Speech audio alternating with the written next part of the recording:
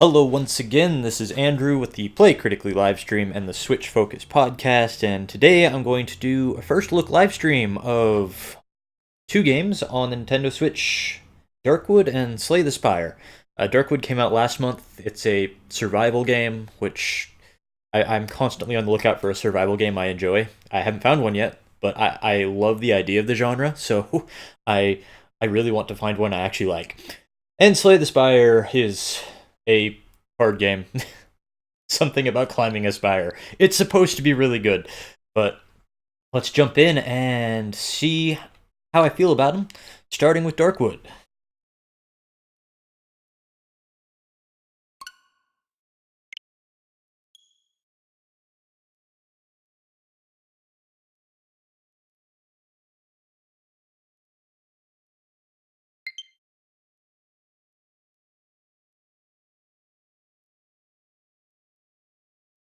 Trees aren't supposed to grow that way. That's creepy.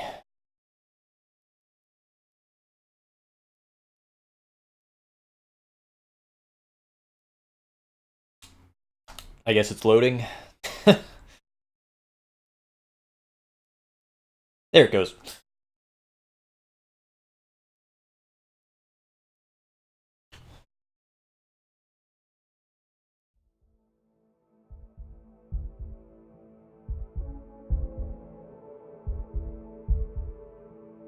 Rolls. Primary action A, more actions on Y. B and Vault or Run, inventory X. Aim, secondary attack, dodge, oh boy. Reload with the left stick? I guess I press in on the left stick. Does that mean I dodge by pressing in on the right stick, or do I move the right stick? That's not clear. Far look, skills, cycle, objects, effects, cycle, and a map. Okay. Do not skip the prologue if you're playing for the first time.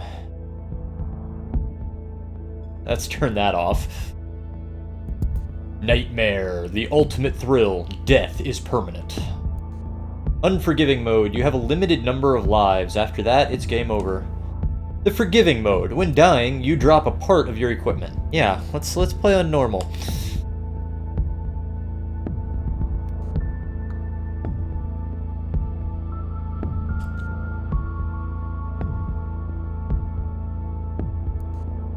What the heck? It won't start. No. Normal? No, no. Oh, I have to hold the button down. Okay. There we go.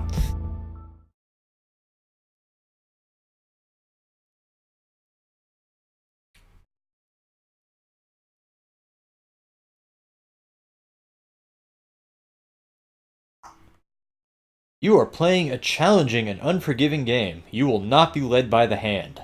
Respect the woods, be patient, focus. Oh boy.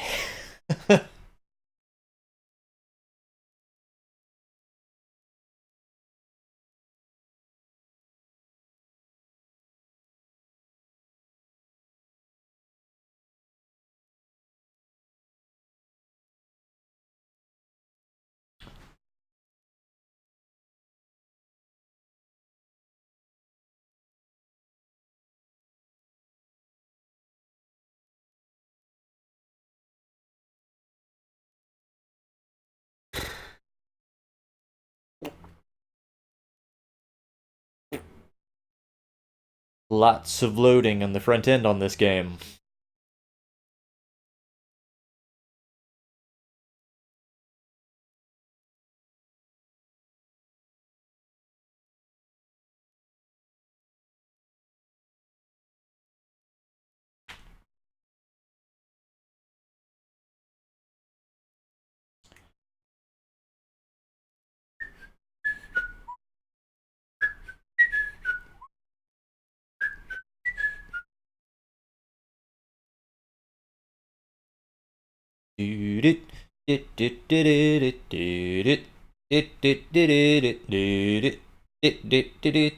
Bomb.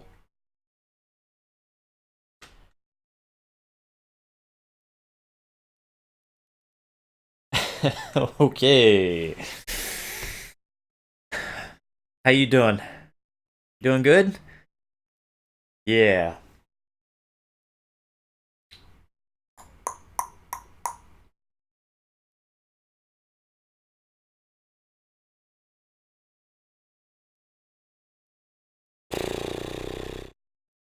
Ba-ba-ba-da, ba-ba-ba-da-ba-da-bow, ba-ba-ba-da, ba-ba-ba-da-ba-da-bow, ba-ba-ba-da, ba-ba-ba-da-ba-da-bow. Hey, we're finally playing.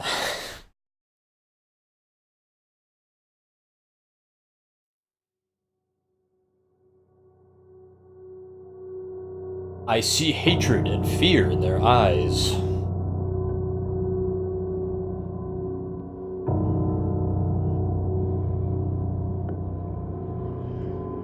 As if I was responsible for the spreading disease.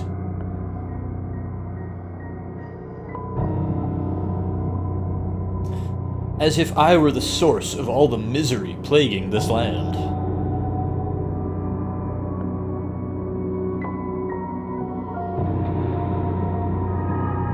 I have nowhere to hide from them, nowhere to run. The woods have closed us off from the outside world.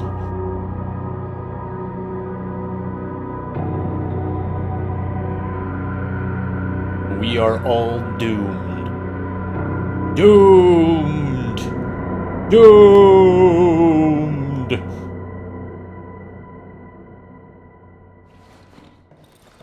Oh, wow. So one thing I read about this was when you're playing in handheld mode on the Switch is the text is so small you can barely read it. Looking at this here, I totally believe it. Potatoes. The only edible thing growing on this land. I still have some left. God, yeah, that text is too small for a TV. I can't, no. Alcohol distiller. A homemade device for producing moonshine.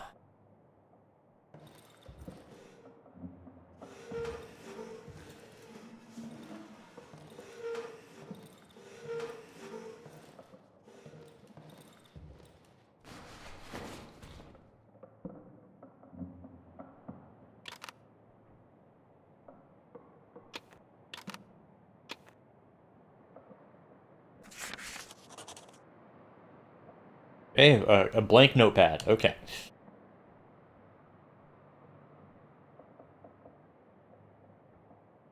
Medical notes.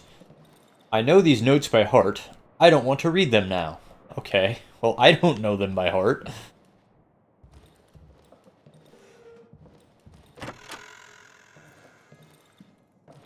Generator is almost out of juice. I need to find a full gasoline can. I saw a broken tractor to the east. Maybe I could find some gasoline there. My old Zenit camera. My medical bag. My old useless medical bag. And a photo.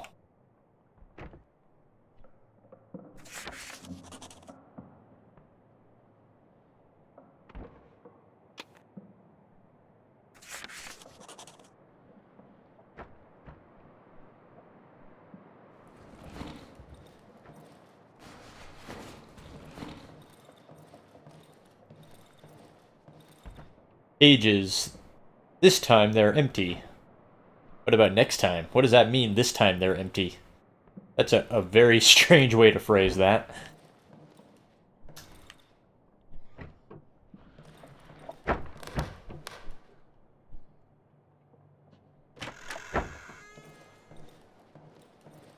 lock has jammed a long time ago. Never mind, I used to keep useless junk in there anyway. Okay. Thanks for nothing, then? You can only interact with objects within your reach. The interact in range is indicated by the color-changing action prompt.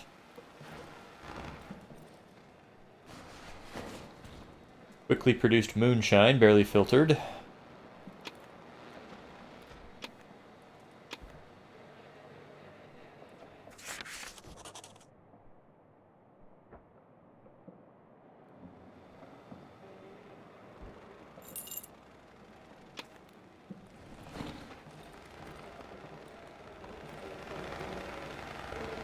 Radio has been silent for years, although sometimes I think I can hear voices through the static.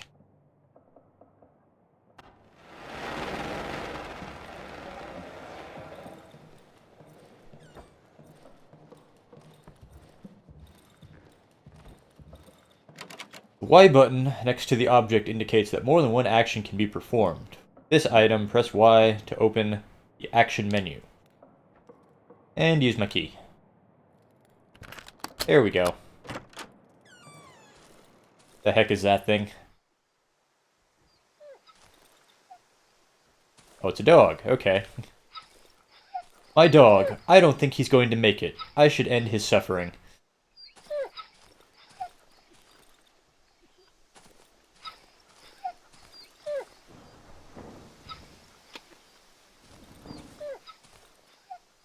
It used to be a luxury, but since all the access roads have been devoured by the woods, it became a useless pile of trash.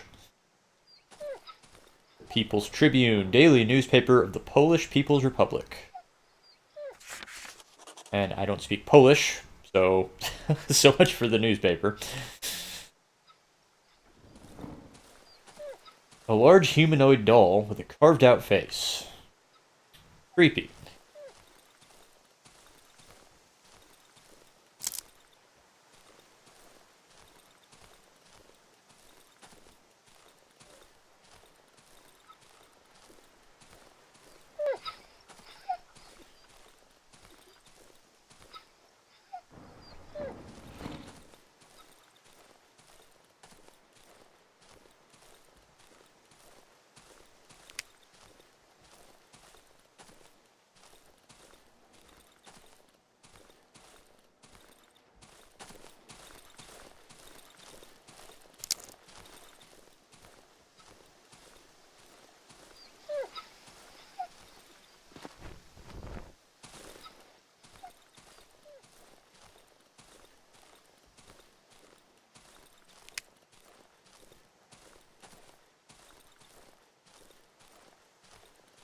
Press X to access your inventory, pick up the axe and place it to the hotbar to equip.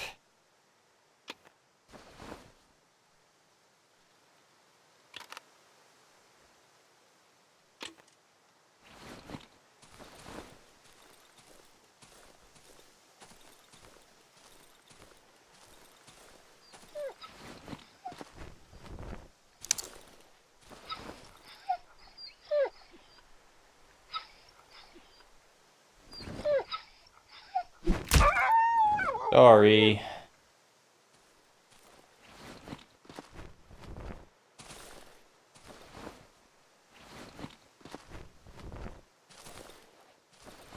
No words. Yeah, really, I probably wouldn't have any words either.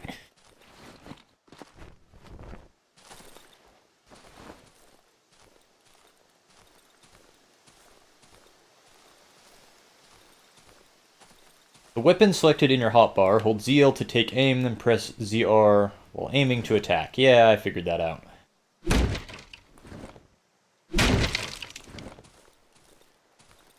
These trees are growing too fast. Soon I won't be able to cut them down fast enough.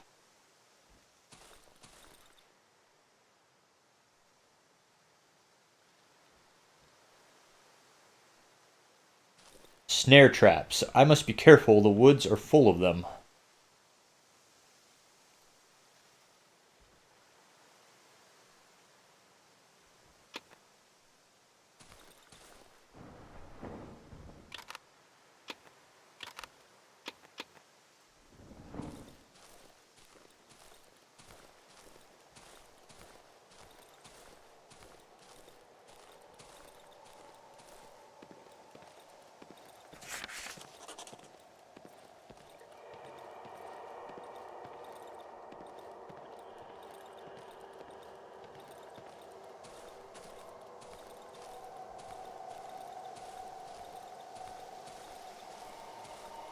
Access the map, press the negative button.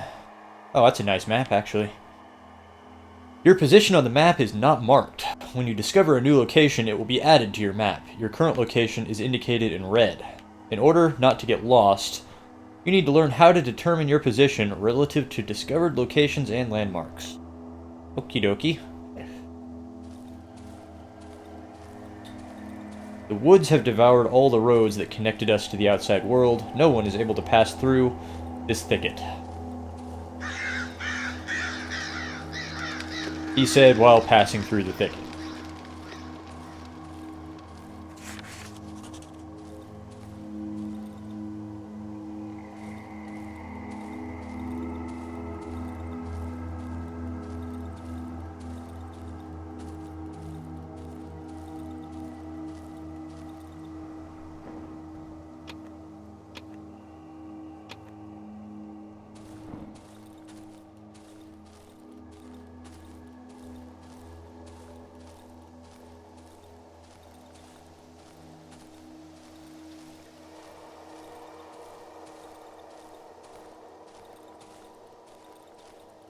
These parts of the woods are dark. I should craft a torch.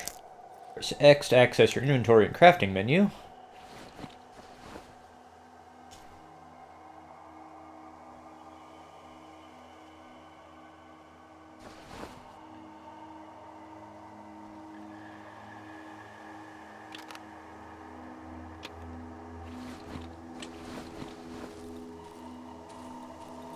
Is that...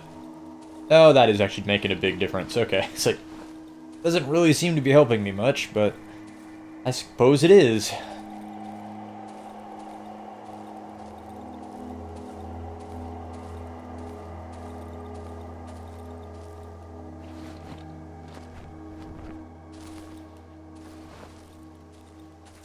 Ooh, an abandoned house. That'll be nice to loot.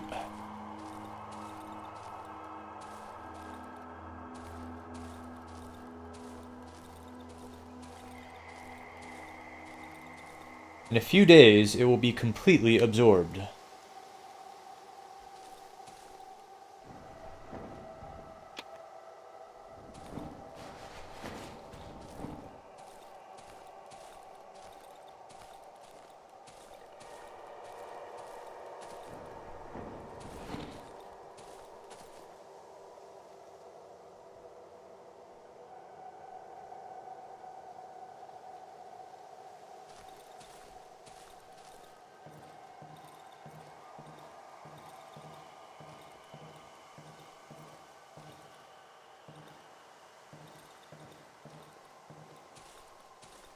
Wait, that the whole abandoned house? There's like nothing inside it. What a ripoff. Oh. Oh well.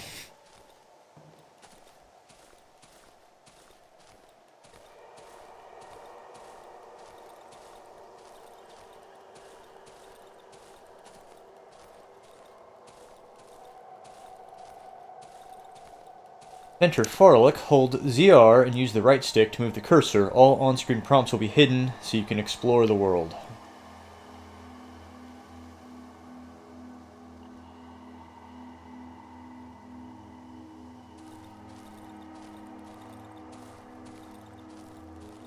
Uh-oh. I think this one is still breathing.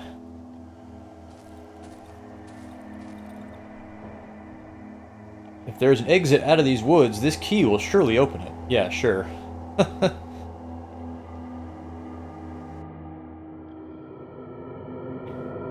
He's unconscious. I've never seen him around here before. He's only carrying a key and some journal. Since he managed to sneak in here, he must know how to get out.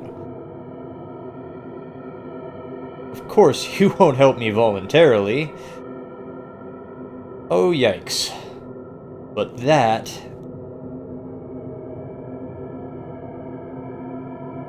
is of no importance. Yikes.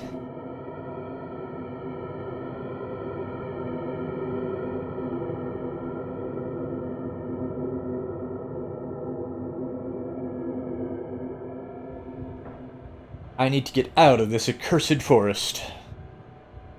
You hear me, rat? Show me how, and I will let you go.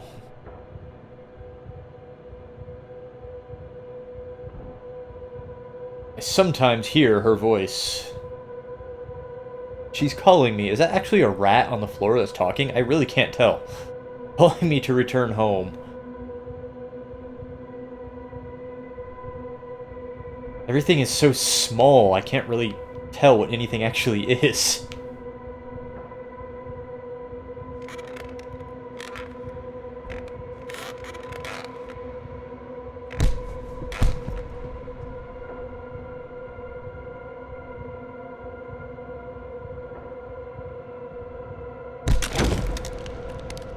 I'll kill you like a dog if I have to.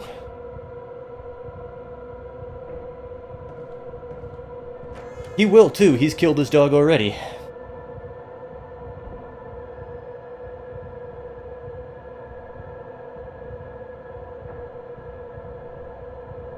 Okay, I guess I'm playing as this guy now. That fucker stole my key.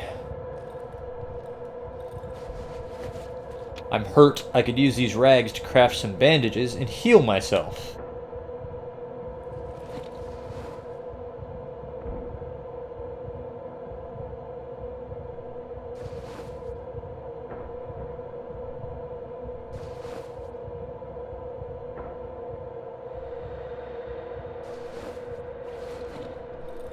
Entry to a small cellar, maybe the pantry? Locked. I could open it with a lockpick.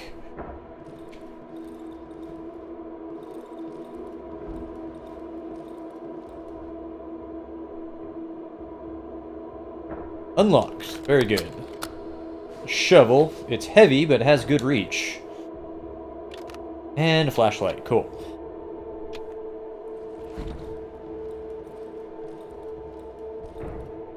This barricade is too strong to dismantle.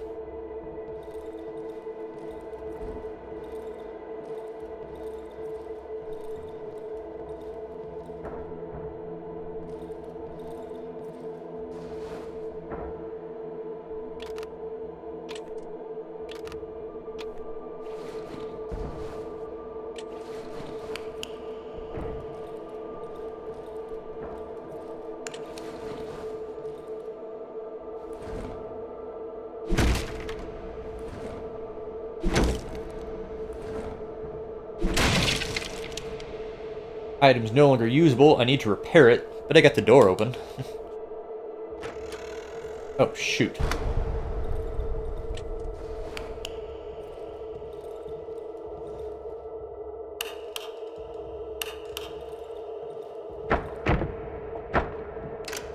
Who's there? Nobody. Nobody at all. Please let me out. Oh, he's got somebody else locked up in here?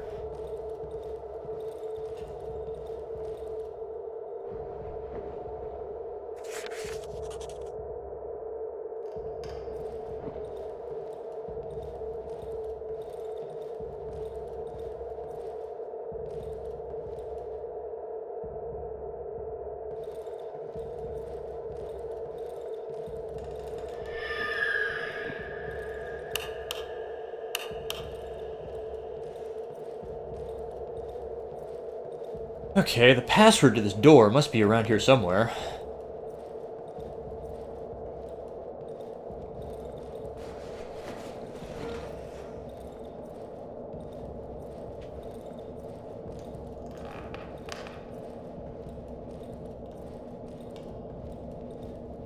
Somewhere.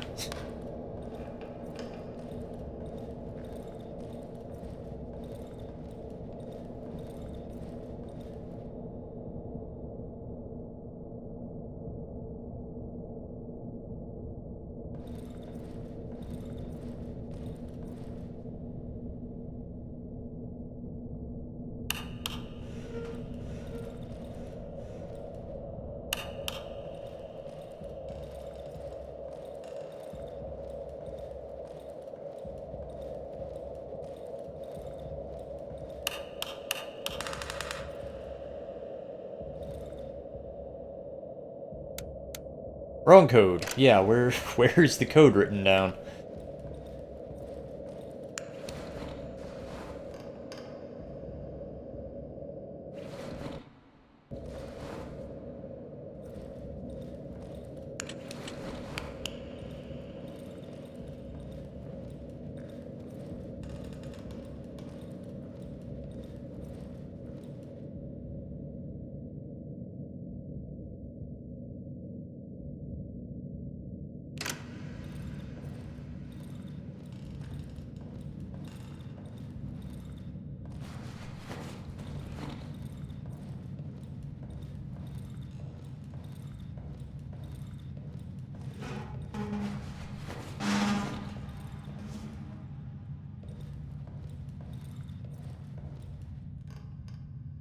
Is it written on the radio somewhere? Because this text is so small, I cannot read it.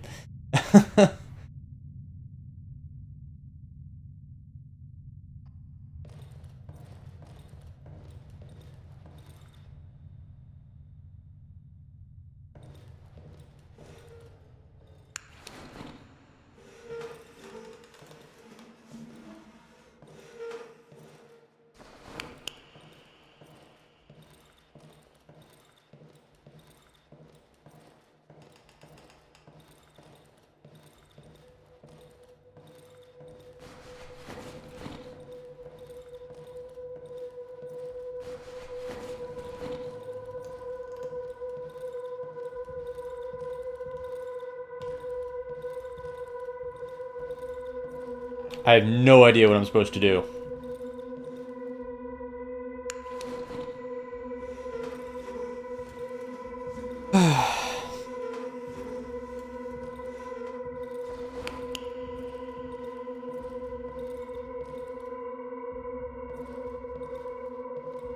Pages are empty. Pages are empty. What is the password to this damn door?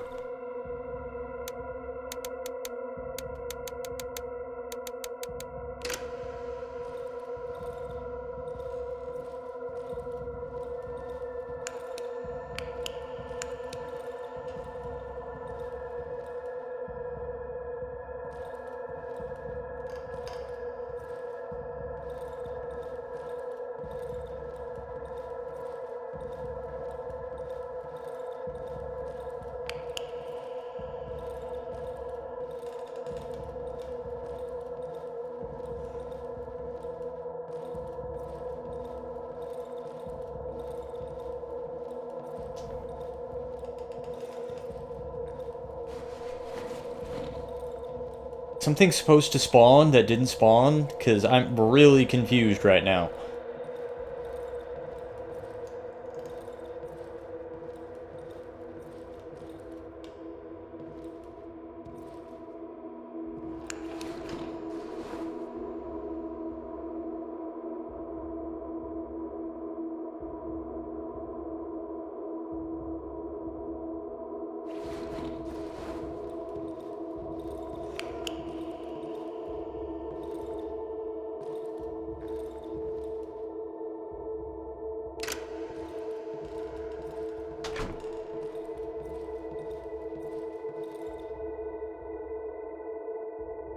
I mean, I can shift the image around, but what I really would like to do is zoom in on the image so I can read it.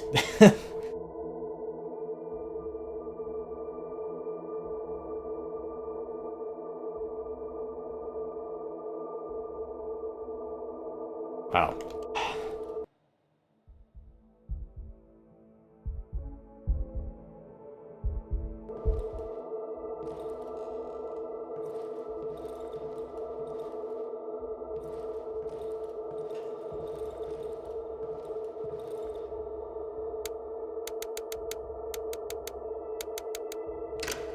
Maybe if I just keep putting in codes, something will happen.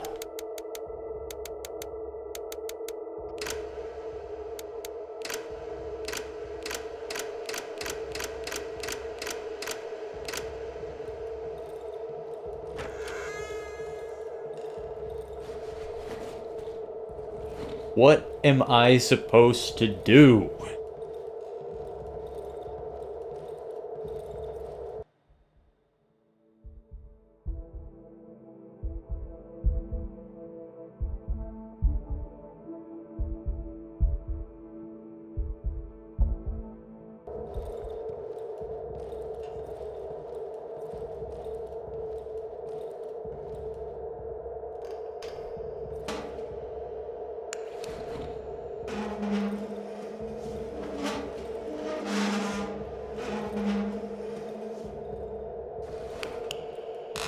Oh, here we go. Here we go. There's a hidden room behind the cabinet. Okay.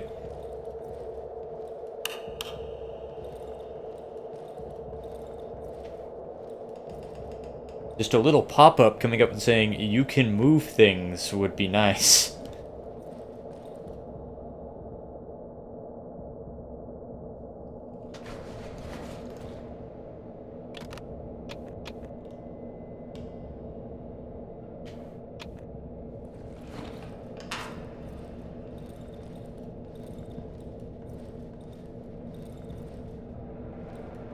Fill the generator, equip the gasoline tank, head towards the generator, hold ZL, followed by up to pour the gasoline.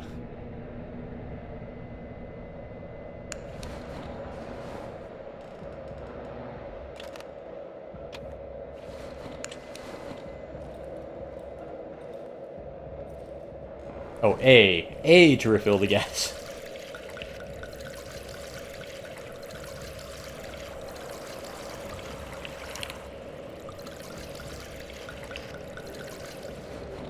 Whoa, there we go.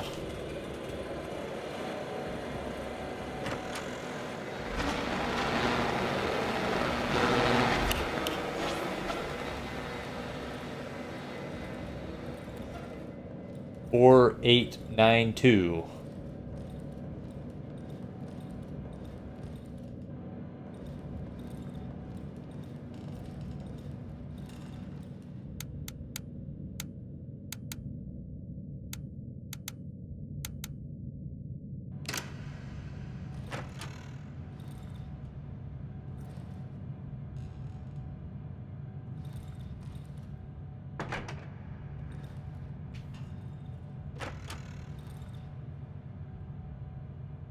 Okay, how do I apply force to it?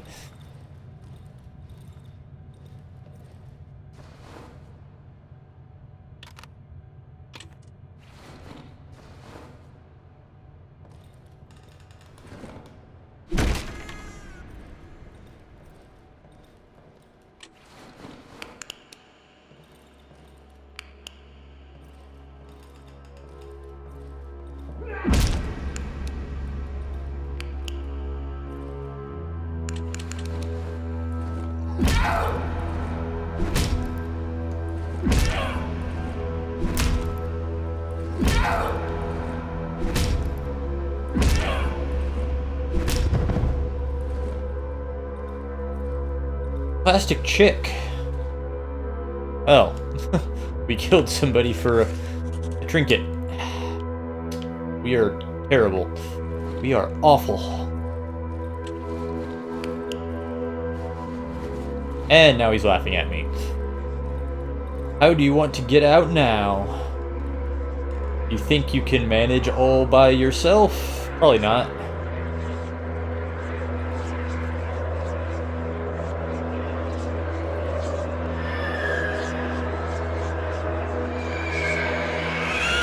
Oh, crap.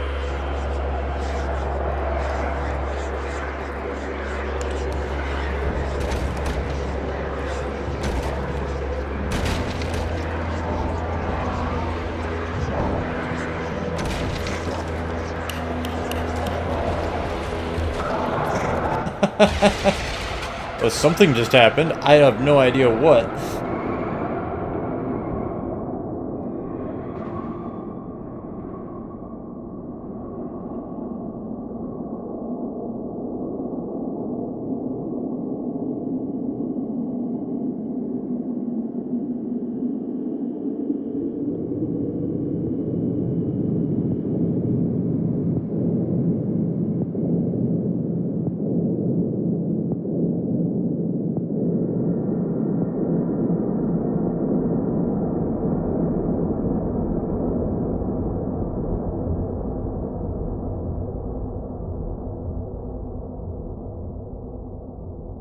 Chapter 1. Okay, I guess that was the prologue. Wow.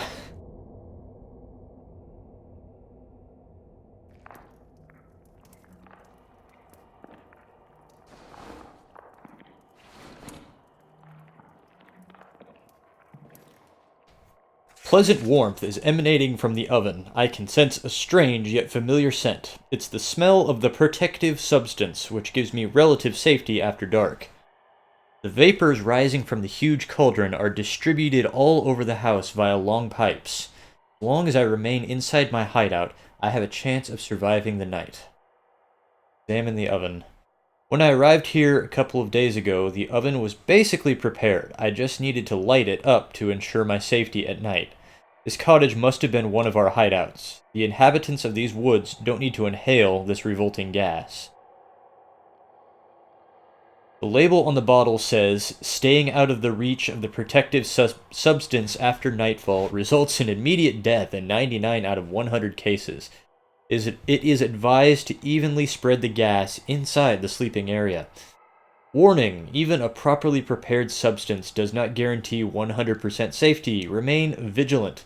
It is recommended to stay in well-lit indoor areas in order to minimize the risk." Inside the pot. A small, empty cast iron pot. I haven't used it yet. I haven't felt any hunger or thirst since the accident a few days ago. I can't stop thinking about one thing. These mushrooms, these red, pulsating mushrooms, they look so tasty. Maybe this pot will prove useful after all. Well, cook, I guess. This is a terrible idea. Don't eat the mushrooms. Well, I don't have anything to put in, so I guess we're done. Okay, that must be some kind of statistic building system, maybe? I'm guessing there. Total guess. Photo of a road. The road home.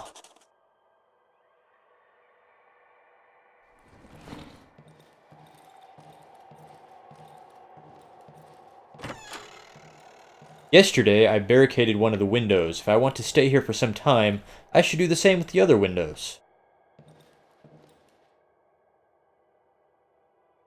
But do I have the tools to do that? Here's mushrooms.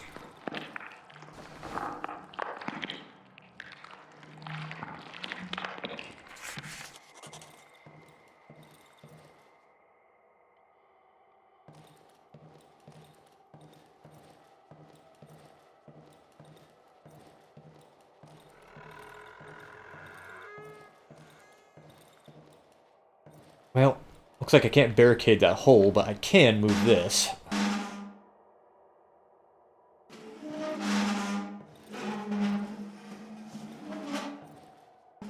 There we go. Hopefully that'll hold. Alright, let's cook some mushrooms, I guess. I can't cook this. I can extract 10 essence from this. Well, what on earth is essence? I thought I played the tutorial already.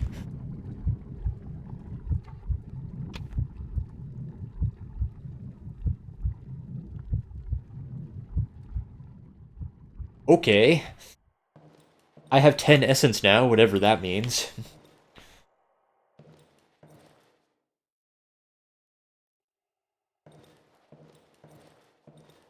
Need some boards to barricade the window. Bear trap. The bear trap under the window is still open. Looks like the night was exceptionally uneventful. Thank goodness.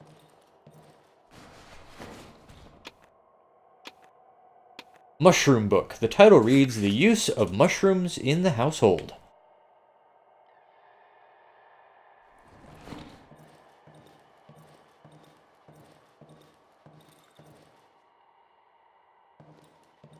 Is there something I can store stuff in my little building here, or am I just having to carry everything?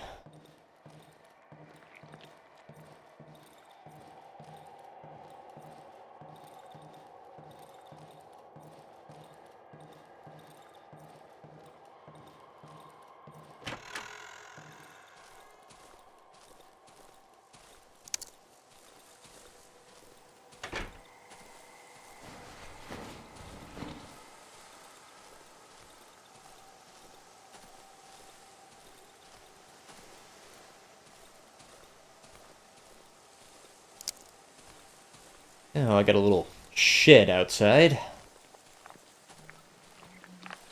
Oh. Okay, don't step on the mushrooms. Okay. Generator's half empty. It contains enough gasoline for one more night. I should find a full can in the house above the underground entrance. What? Turn on the generator before dark. Hiding in the shadows won't do any good. They're coming either way.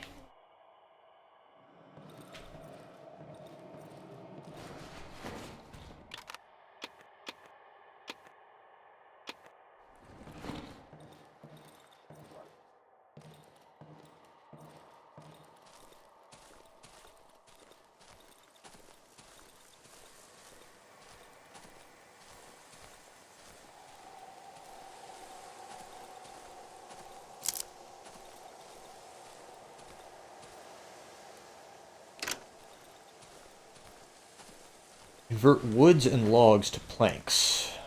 But it costs fuel. Wow, okay.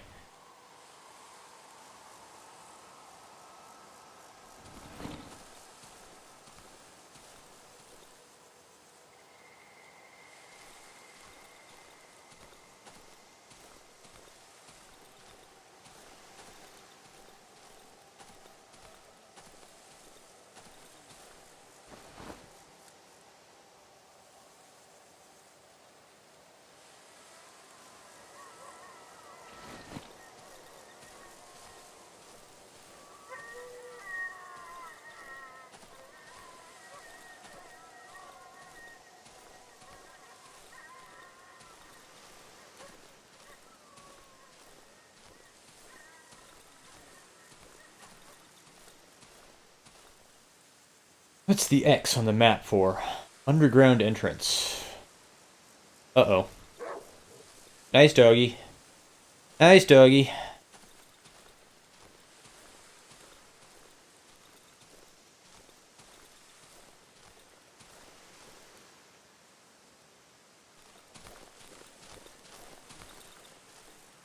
Is it the well? Is that my underground entrance?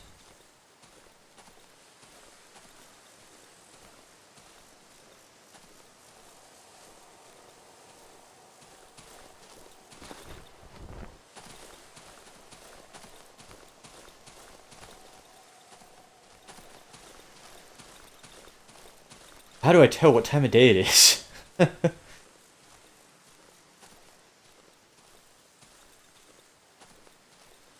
Presumably he'll say, it's getting dark, I should head back. Presumably. We'll see.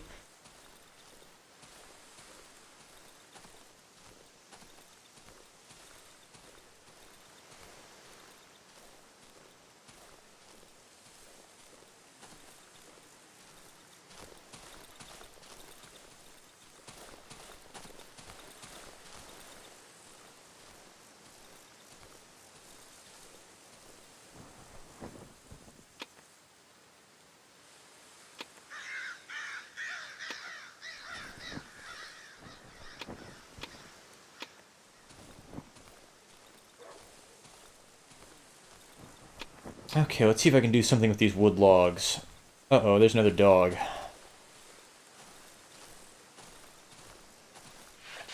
The heck is this thing?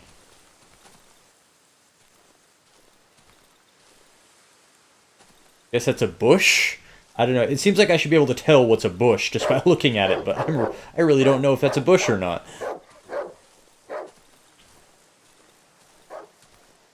That seems like a problem, that I can't tell if something is a bush by looking at it.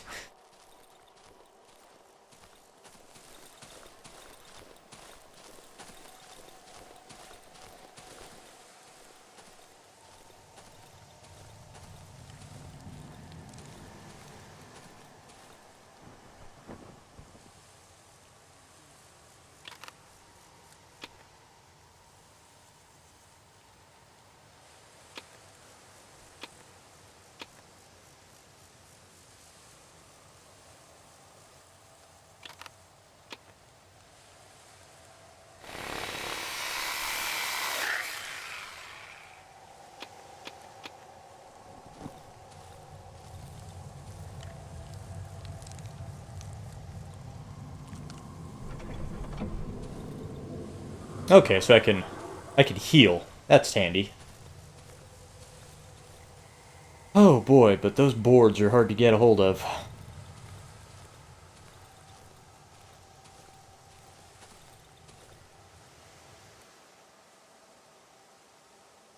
Dry Meadow Hideout. I'm here.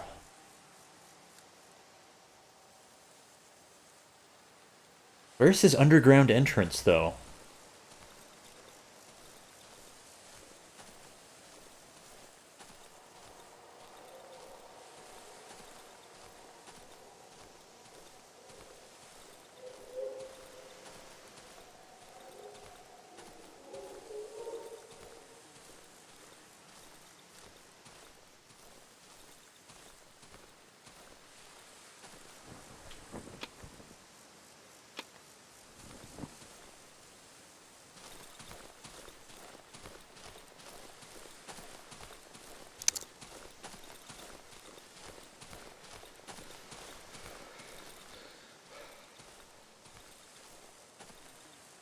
Guess I can only use the well once a day. Well, that makes sense. Can I just drop stuff on the floor in here? Drop. Drop, drop, drop. Oh, okay. I guess that's how I store stuff. Just drop it on the floor.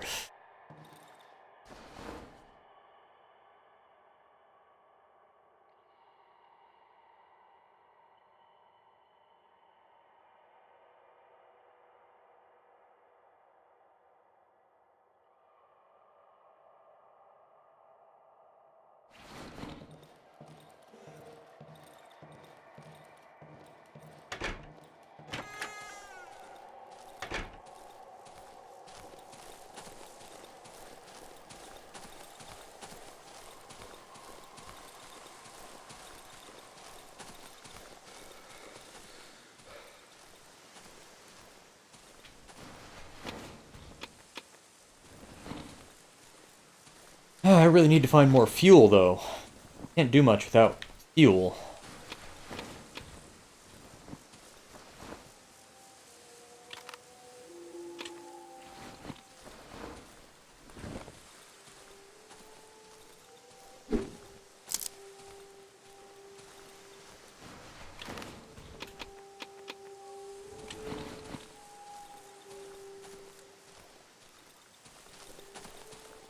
Oh, gosh dang it.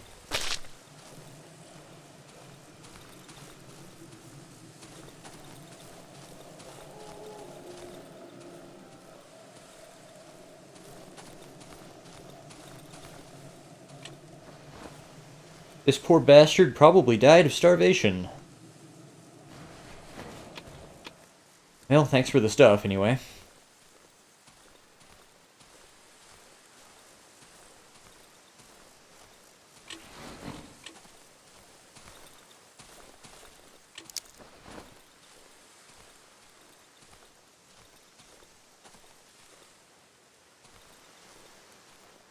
This poor bastard probably died of starvation. And he doesn't have anything for me.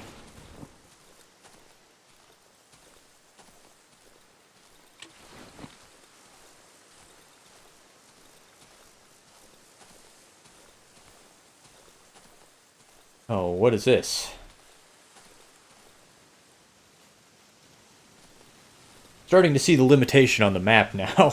This area is a lot bigger than it looks on the map.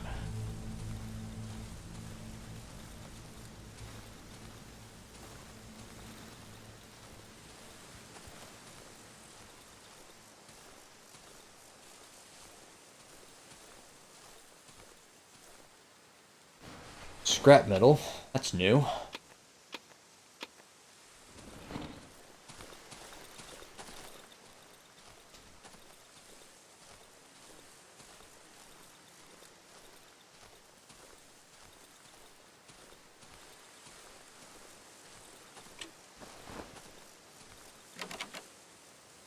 Can I craft a lockpick right now? I need some wire. I don't think I even have any wire back at the house.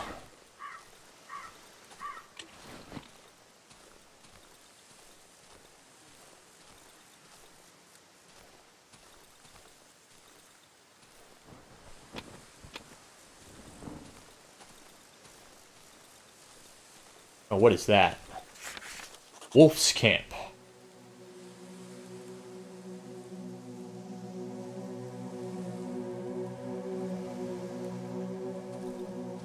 Is Wolf a person? I can smell your stench from far away, meat. I guess it's a person. Hello, Wolf. Wolfman. Even from afar, I can smell your putrid stench. Be glad I don't have an appetite for carcasses, meat. The figure hides its face under the hood. It smells of wet soil and fur. I know what you're after. I can help you reclaim what you've lost if you help me attend to a certain matter. What do you say, comrade? As he leans towards me, I can hear him giggling under the hood. I knew it would interest you. Before we make a deal, you need to prove that you can do the job. I've no time for weaklings, meat. You follow? Show me what you're made of. Get through to the silent forest. You think it's so easy? If I were you, I would prepare myself well before setting out. When you get there, you will find me in this spot. Remember it. The wolf grabs my map and scribbles something on it. The likes of you always crawl back to me. Show item. Plastic chick. Beautiful item. Perfect for a church fair.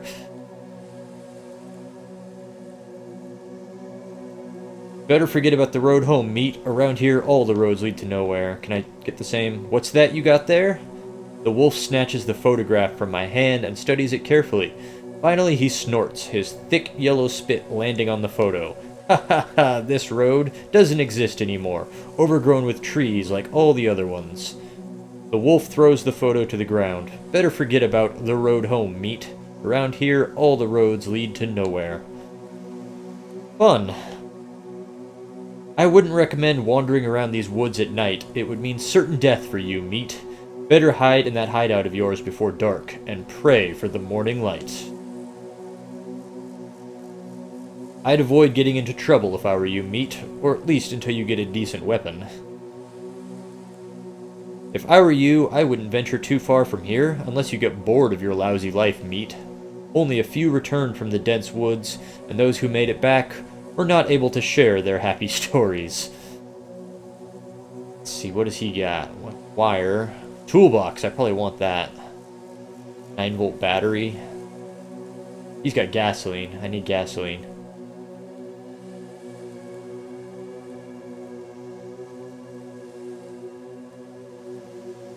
Ape watch, handgun frame, and weapon parts. I could probably make a gun with those. How much for your gasoline?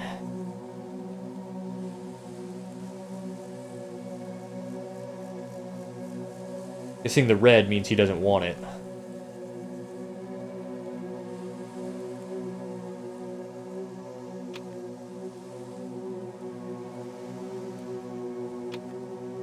He buys weapons and ammo, which I have none except for rocks, which I'm guessing rocks aren't worth anything. Okay. Thank you, wolf. You're creepy, but don't seem to be hostile, so that's good.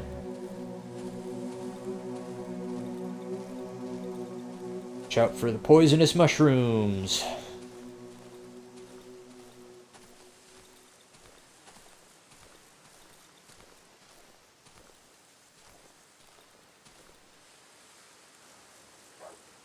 Got it.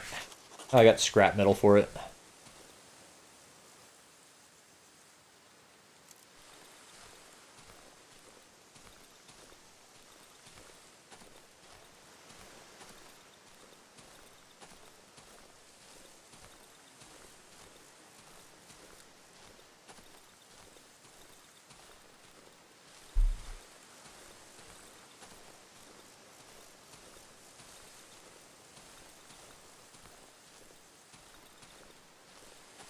That tree is moving. I guess it's the wind. Okay.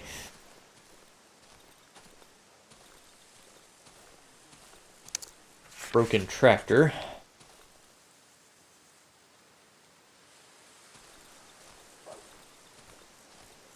There's some gasoline. Okay.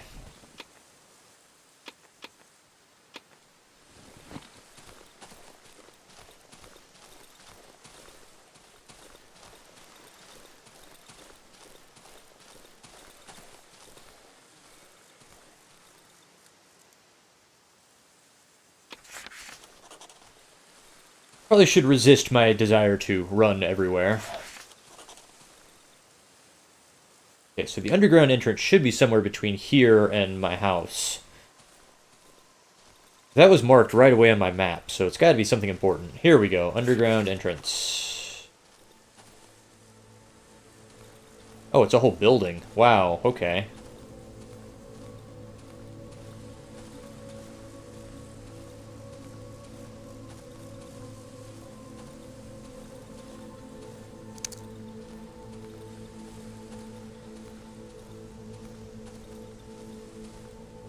I'm gonna keep on back to my house.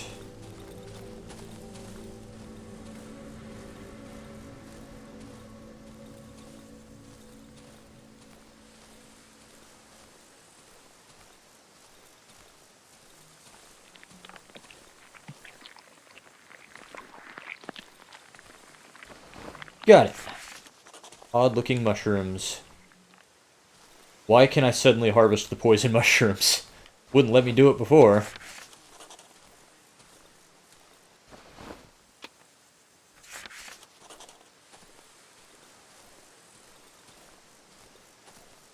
Yep, I'm headed back there now. I figured it would be getting close.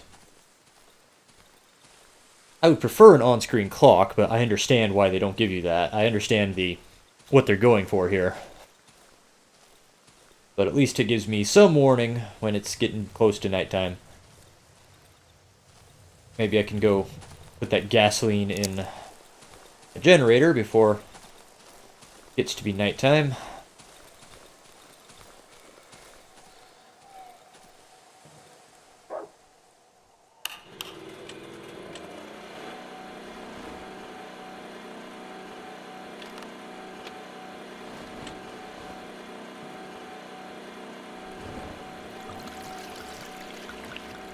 Guessing each square on that meter is one night's use.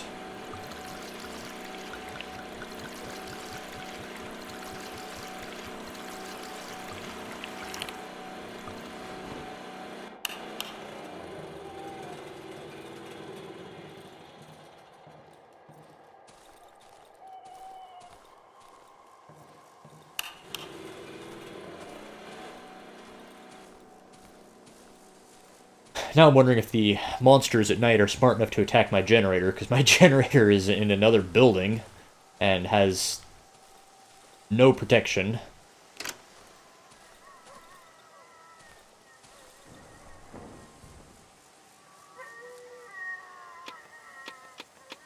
Not enough fuel to do that. Okay, I need to put some fuel in my saw machine as well.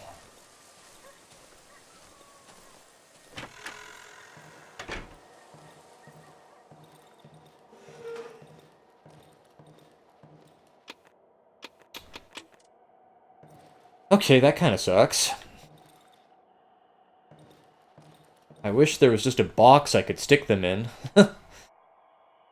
Rather than having to drop everything on the floor. Try to keep it all organized that way.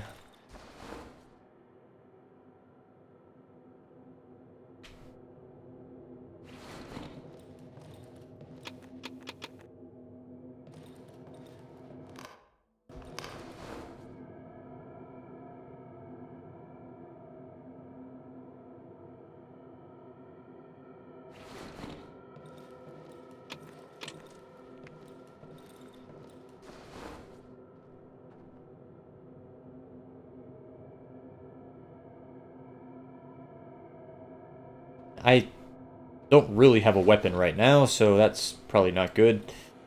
But maybe it'll go easy on me on the first night. Too dangerous to cook during the night. Well, that sucks.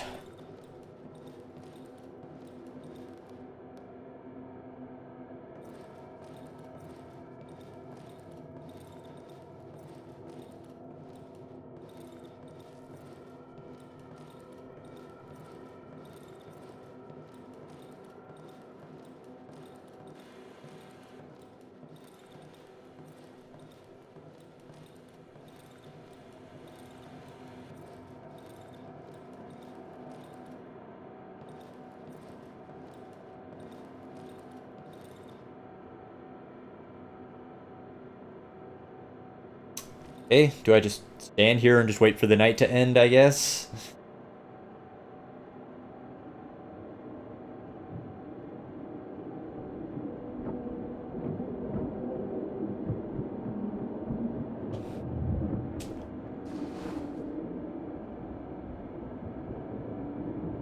Yeah, I have no weapons, so I'm screwed if nighttime hits.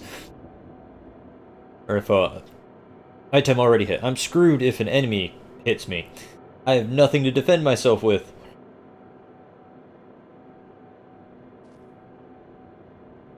Oh, I hear something.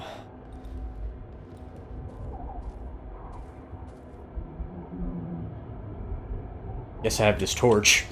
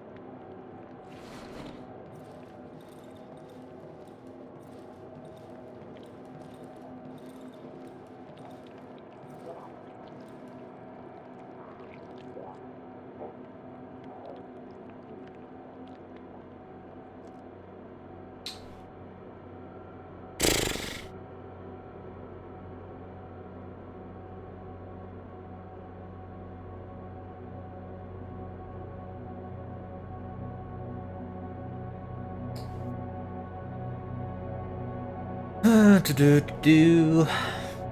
whole lot of nothing's happening right now.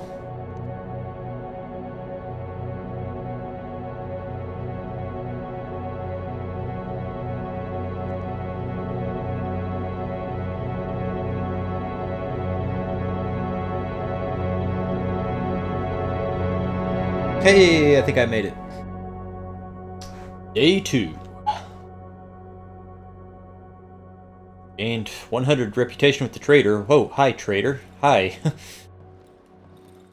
A man roughly my size is standing before me. I can barely make out his disturbingly familiar features through the matte visor of his helmet. The massive helmet is covered with an old sack and seems to be an integral part of the unnaturally pale body. I remember him. He's the one who rescued me from the doctor's house.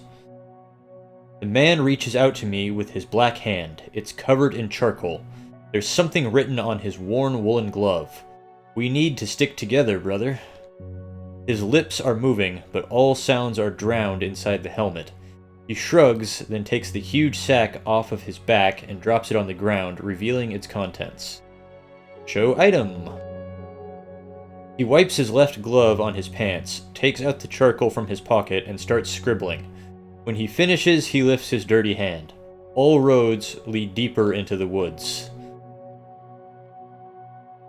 That doesn't sound good.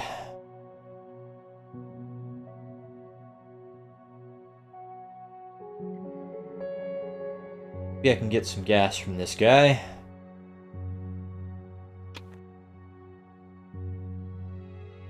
Doesn't want my battery. What do I use my battery for?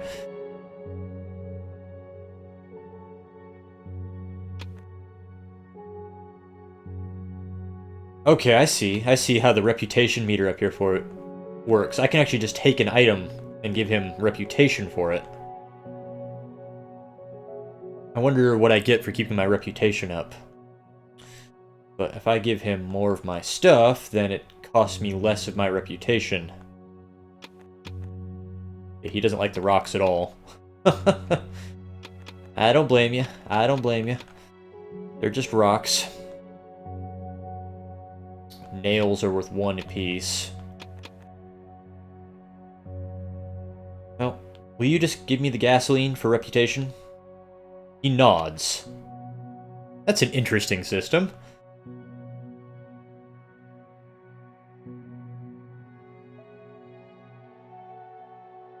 Odd-looking glowing mushroom. Got the boards.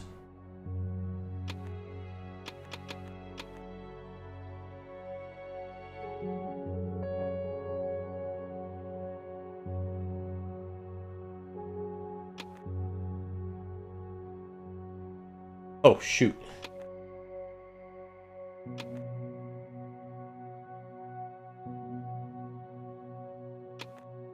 He shakes his head. No, okay. Yeah, so it's I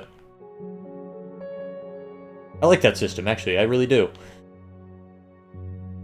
I can just take stuff from him. And if I've got enough reputation for him, I can just take it. But I wonder what I get if I keep my reputation up with them. That's something I'll probably look up online, because that's just something I don't want to experiment with to find out. That should be good for tonight, though. Thank you, Mr. Trader.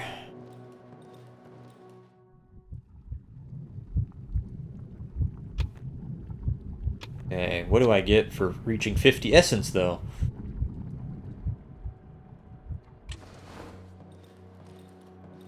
What's all this junk on the floor? What's this growing on the floor? This is creepy.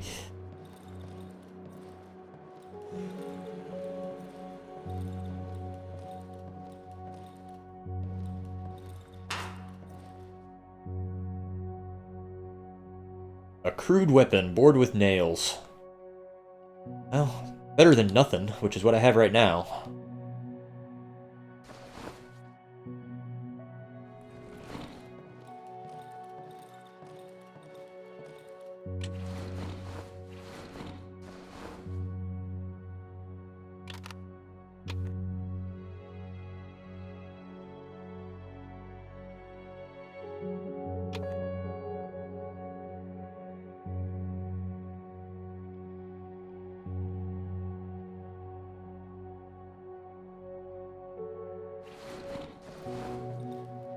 Oops. Press the right button, Andrew. There you go. I should go turn my generator off.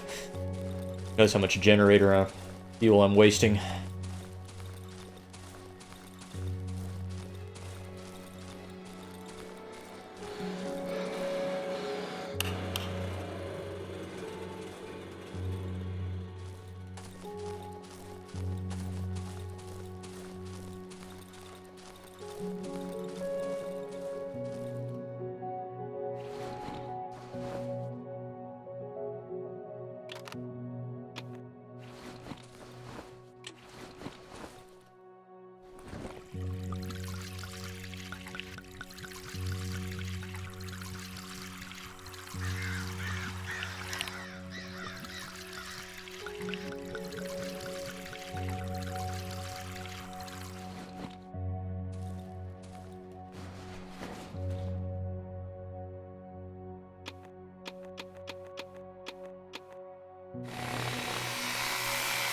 There we go. There's some boards to work with.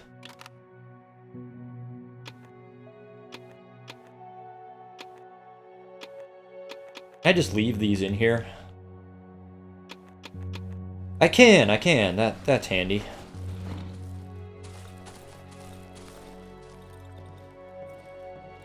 Let's see if I can get my windows barricaded. Now I need my nails.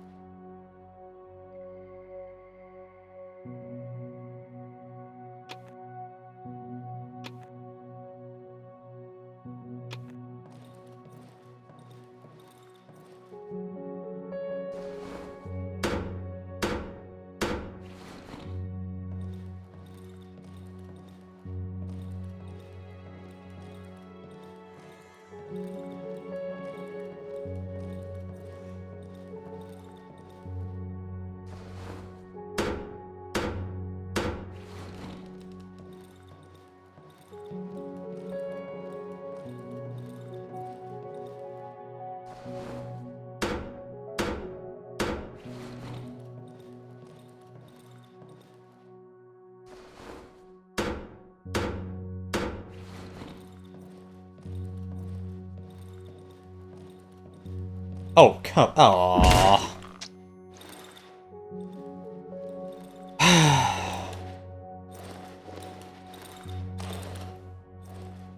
I didn't think my own bear trap would actually hurt me. That sucks. Oh well. Lesson learned.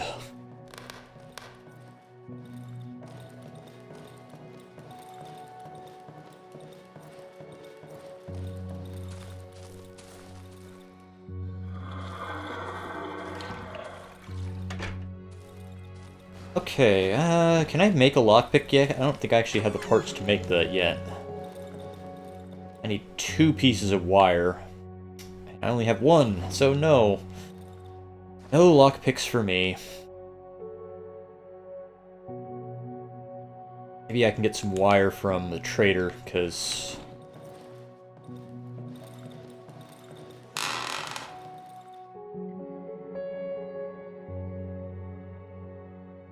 Go. 30 rep for wire? Forget it. Wow.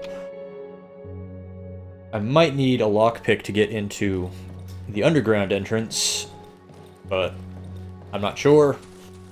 We'll find out.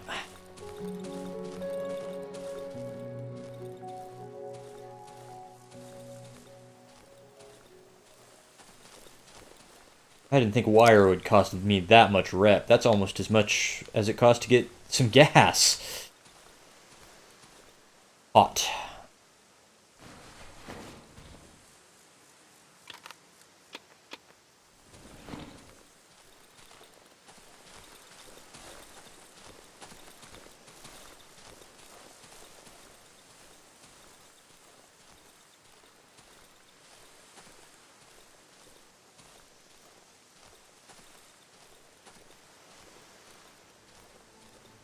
Okay. I prefer not to break anything getting in here.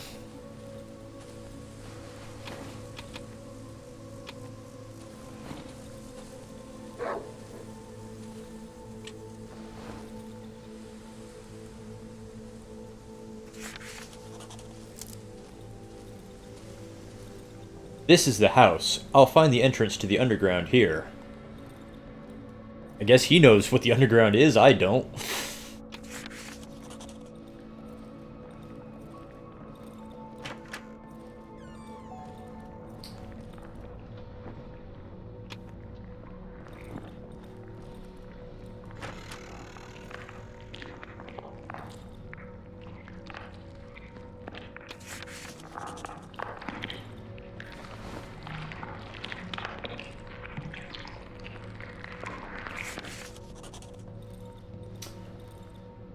The left, next to the object's icon, signals the ability to switch between several objects lying in a range of view. Yeah, I've already figured that out.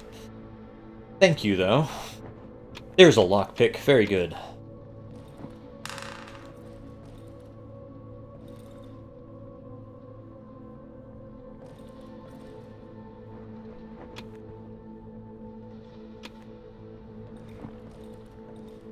Oh, there's more gasoline. Cool. Cool, cool, cool.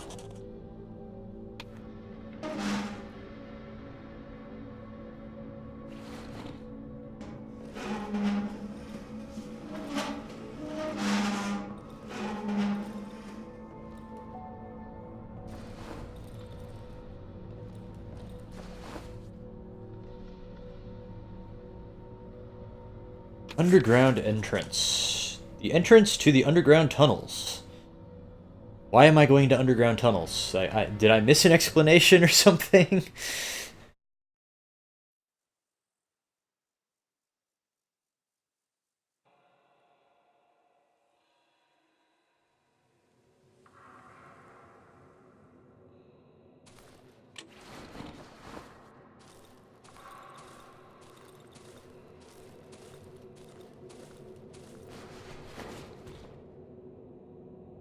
Automotive magazine. This year's issue. So this game takes place in 1987, apparently. A 9-volt battery. And my inventory's full. A light bulb, dimly lit. Something. Words to those effect. Never mind.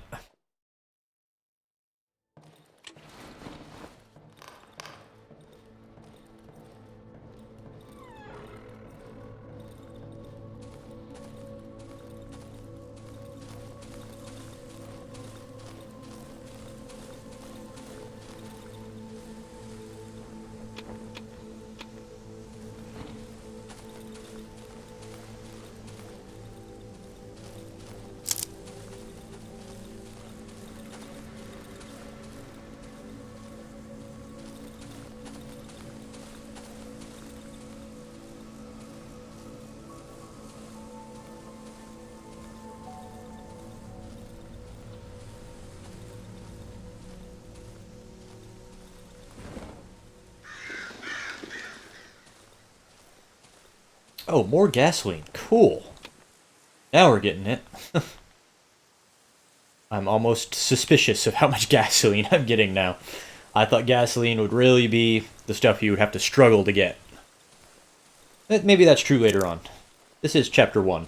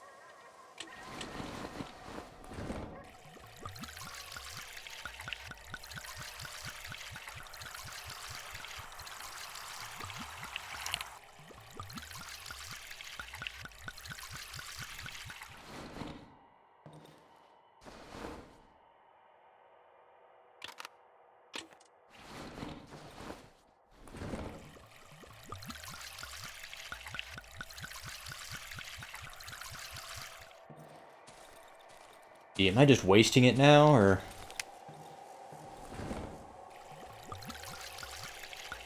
Huh, okay. It just lets me keep refilling it, even when it's already full. And it doesn't actually drain my gas tank anymore. That's weird.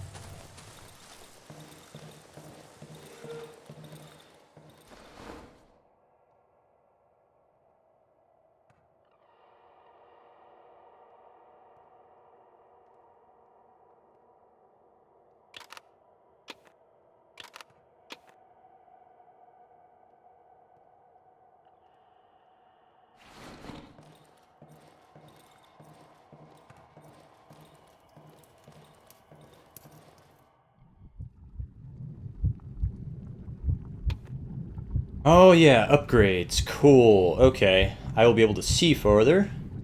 Once a day, I will be able to heal myself by standing next to an electric light source. Once a day, I will be able to learn my current location on the map. I'll be able to heal myself by eating mushrooms. Staying in dark areas at night can be dangerous to me. What?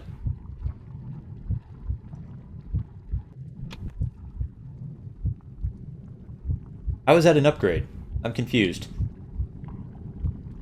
I need to choose a positive perk. Okay, that's just what you start with. You start with shadows. Staying in dark areas at night can be dangerous to me. Okay. Well, I think being able to see further is what I'll get the most use out of, so I'll take that.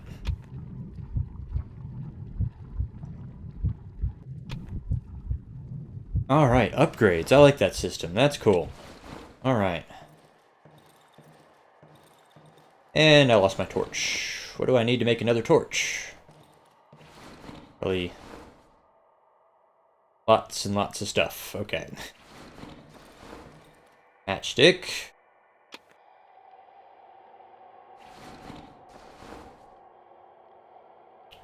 Board, a rag, and I think that's alcohol.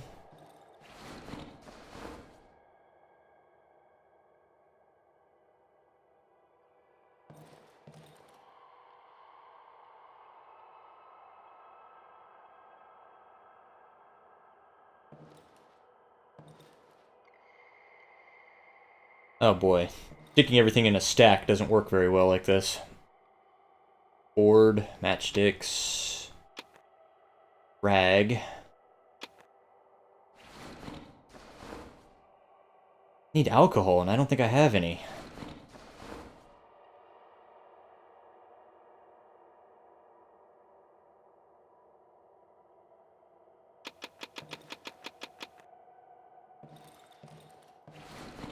There we go.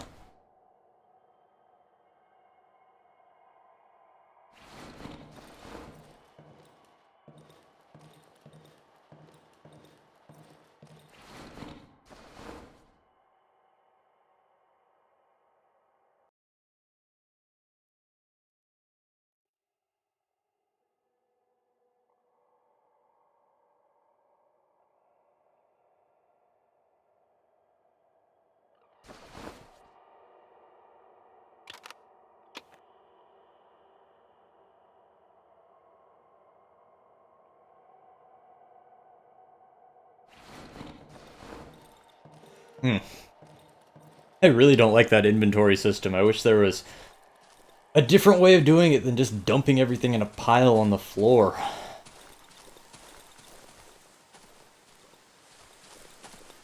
Maybe there is, and I just haven't found it.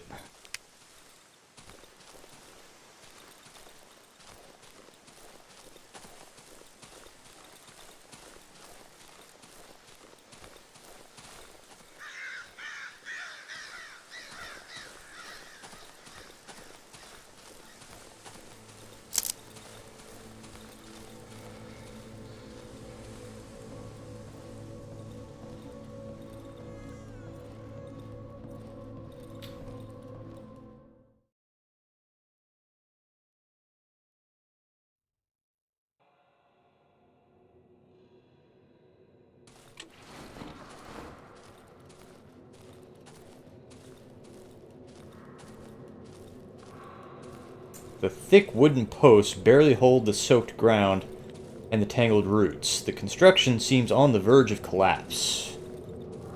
Oh, yay. Something climbing around in the shadows above me. That makes me feel safe.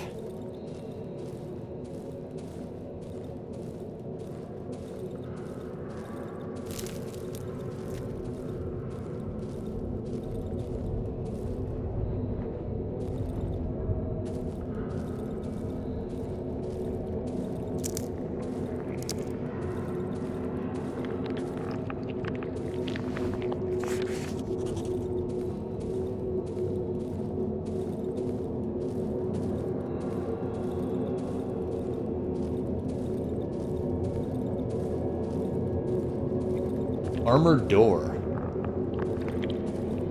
Locked. It's my only way out. I won't be able to open it without my key. The hatch handle is covered in a thick layer of dust. It hasn't been opened for at least 2 weeks. I can hear a faint voice throughout the howling wind. It sounds familiar. It seems to be coming through the keyhole. Someone is calling me.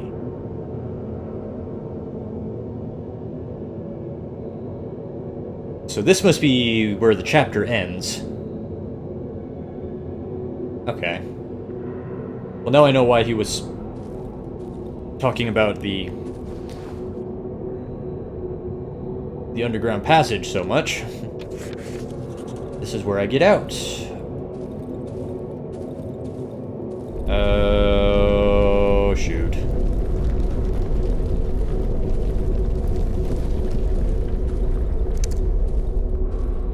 What just happened?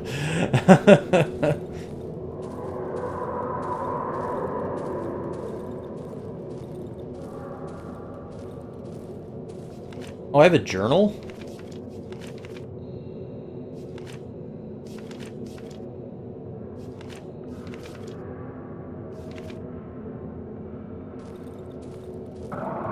I didn't know I had a journal. Alright, something's down here. Ah, hi! What the heck was that? Trying... Come on. What the heck? Okay. I was trying to switch to my weapon, but nothing was happening. What did I lose? I didn't lose much.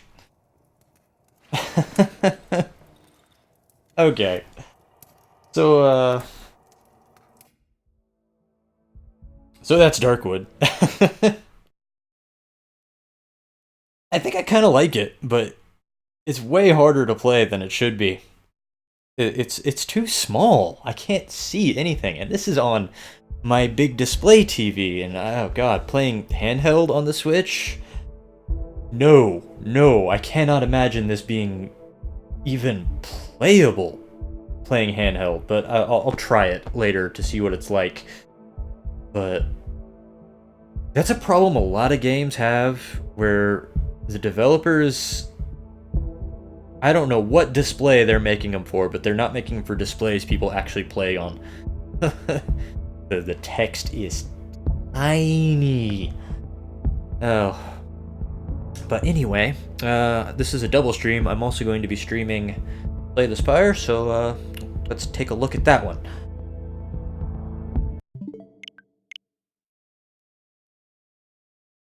Just a moment while I switch over.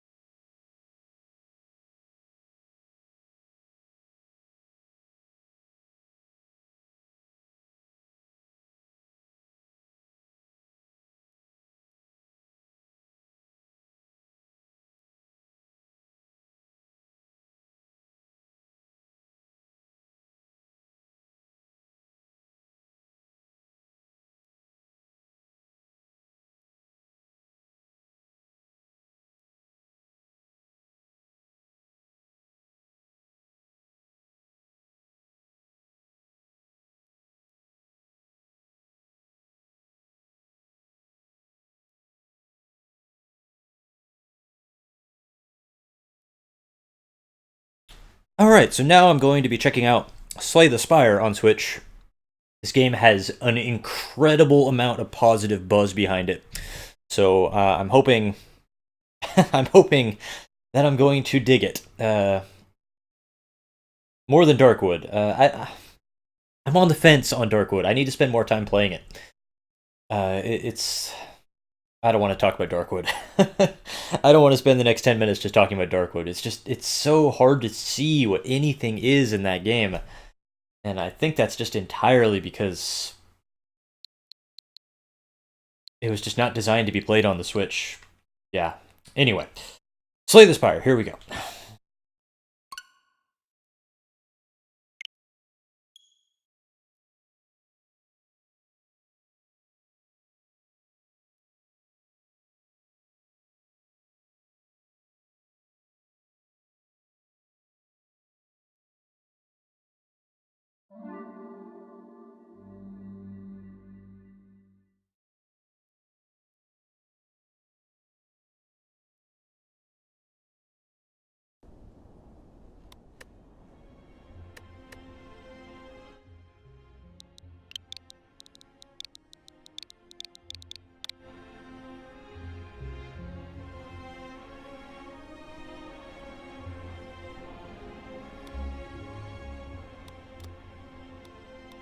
Graphics, screen shake, I guess.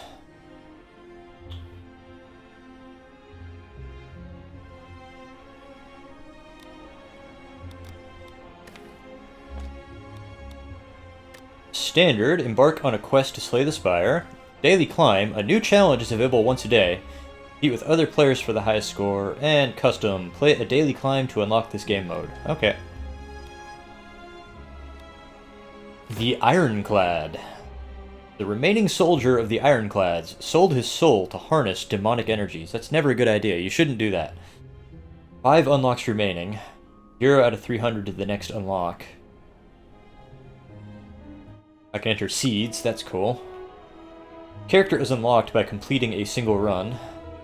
This character is unlocked by completing a run with the Silent. Okay. Guess we'll embark with the Ironclad.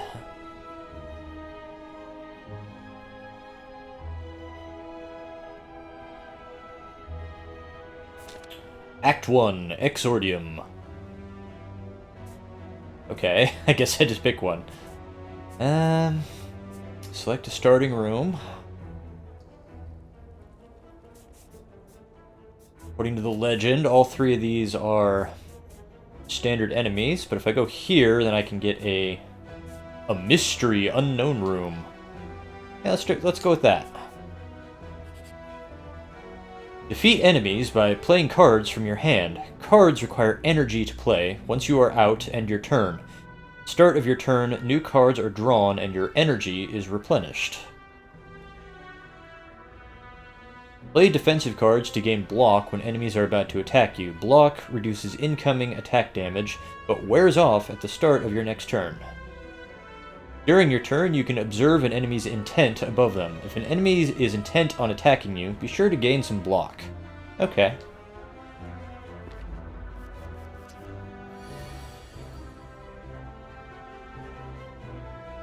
I don't... Oh, there we go. Gain 5 block.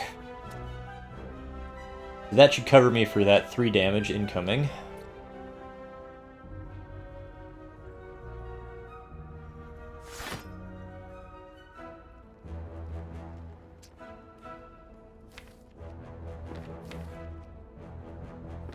Deal 8 damage and apply 2 vulnerable.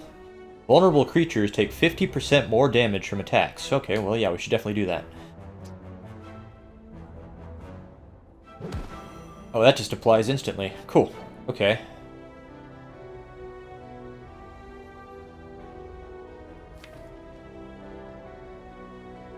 My draw pile, so I guess I'm going to get one of these. Cards are drawn from here at the start of the turn. Cards sorted by rarity. Okay. But at the start of my next turn, I'll get another one of those.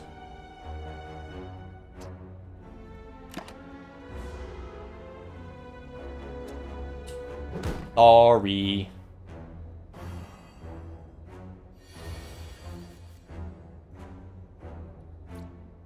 The draw pile is empty. Did I just draw all my cards? Oh, okay. My discard pile? How did so many things get in my discard pile? What happened? I don't understand what happened last turn.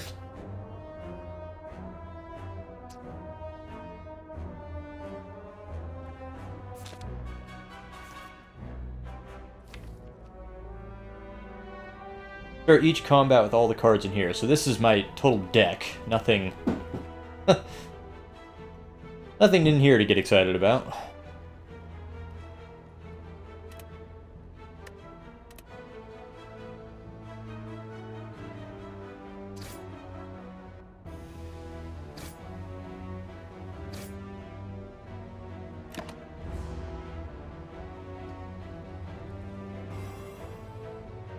No more cards? If there are no more cards to draw, your discard pile is shuffled into the draw pile.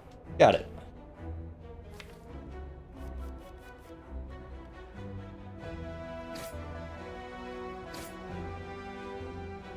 Oh, I didn't see that he was going to attack. I was just so intent on hurting him. Oh shoot, so I'm going to take some damage here. This is going to suck.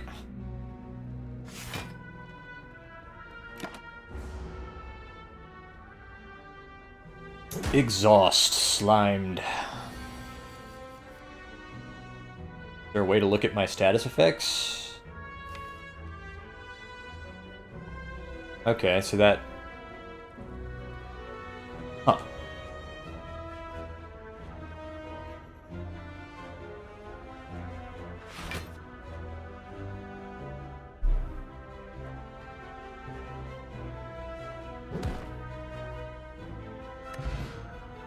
Won 10 gold. Power Potion. Choose one of 3 random power cards to add to your hand. It costs 0 this turn. And add a card to my deck. Lose 3 hit points. Gain energy. Energy is used to play cards from your hand.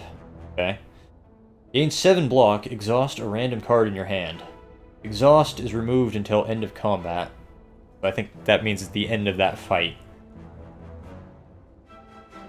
And deal 4 damage and apply 1 vulnerable to all enemies. I think I'll take that one.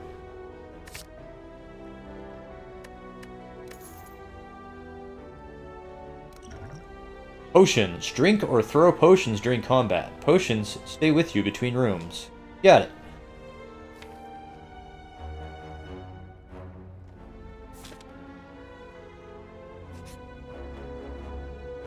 As you make your way down a long corridor, you see a banana, a donut, and a box floating about. No, upon closer inspection, they are tied to strings coming from holes in the ceiling. There is a quiet cackling from above as you approach the objects. What do you do? Donut, max hit points plus 5. Heal 26 hit points. Obtain a relic. I'm cursed with regret. I can almost read that. Regret. At the end of your turn, lose hit points equal to the number of cards in your hand. Yikes. No, we're not going to take that. Take the donut. You eat the donut. It really hits the spot. Your max hit points increases. Another mystery room or an enemy. As you come to a dead end and begin to turn around, walls slam down from the ceiling, trapping you. 3 faces materialize from the walls and speak. Forget what you know and I'll let you go. I require change to see a new space. If you want to pass me, then you must grow. Okay. Well, none of these seem all that bad. I wonder if that slime card is still in my deck. It probably is. Let's do a forget. Oh, it's not there. Well, I can't go back now, so...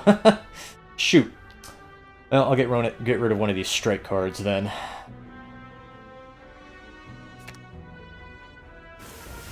Satisfied, the walls in front of you merge back into the ceiling, leaving a path forward.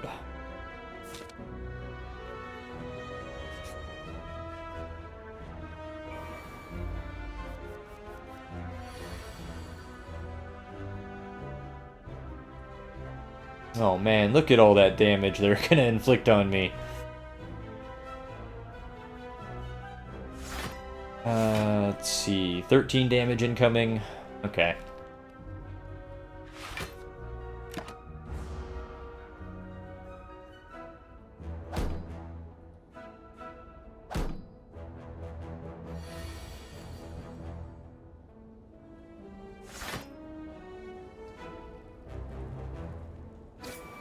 Curl up wears off. I don't even know what curl up does.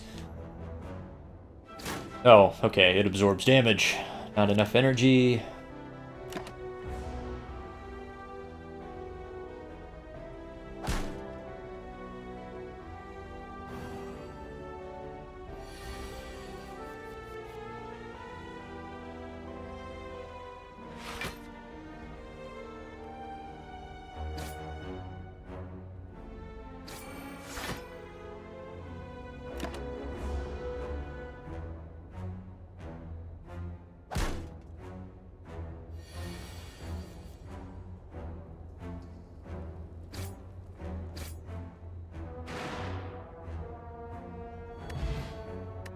Add a card to your deck. Clash. Can only be played if every card in your hand is an attack.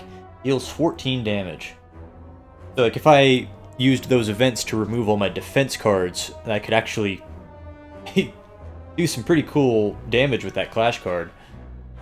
But I've already removed an attack card from my deck, so I don't think that's the route I want to go. Add 2 wounds into your hand, gain 15 block. A wound. Wounds are unplayable status cards. I'll try it. I'm not sure what a wound really does. It doesn't tell me. It tells me they're unplayable status cards, but I don't know what the status is. Okay. I guess we'll find out.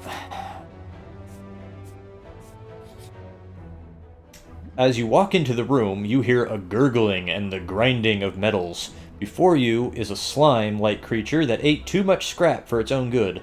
From the center of the creature, you see glints of strange light, perhaps something magical. It looks like you can get some treasure if you just reach inside its opening. However, the acid and sharp objects may hurt. Lose 3 hit points and 25% chance to find a relic.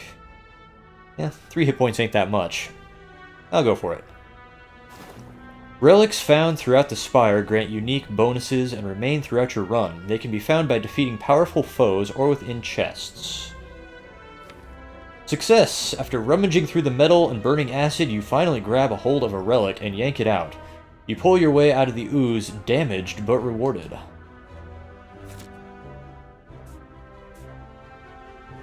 Okay, but what is the relic I got?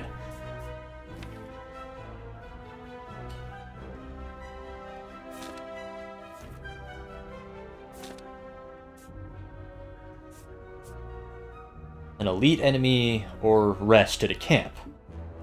Well, gee, what a choice. I'll rest at the camp. Time for a break. Rest, heal for 30% of your max hit points. 25, I don't really need that. Upgrade a card in your deck with a smith. Yeah, that sounds like a good plan.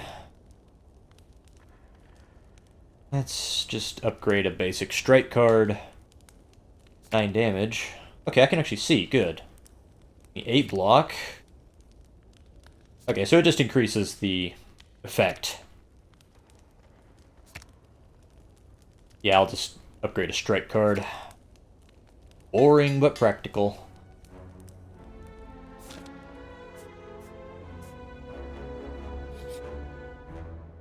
You come upon a dapper-looking cheesy gremlin. It's time to spin the wheel. Are you ready? Of course you are. Wheel of morality. Turn, turn, turn. Tell us the lesson that we must learn. Oh, that doesn't look good. Looks like you won a curse. That's not good. Oh well, better luck next time. At the end of your turn, take 2 damage. Boo! Man, this sucks. That sucks. Let's just fight an elite enemy. Let's see what happens. Italicize. Wow, that's a lot of hit points. Oh no. I've made a huge mistake.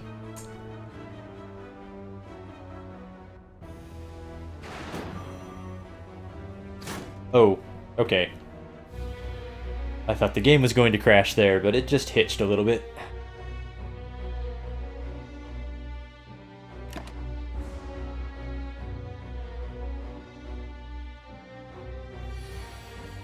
Oh man, that's a lot of damage about to come my way. Wounds, unplayable. I don't know what wounds do. DK, yeah.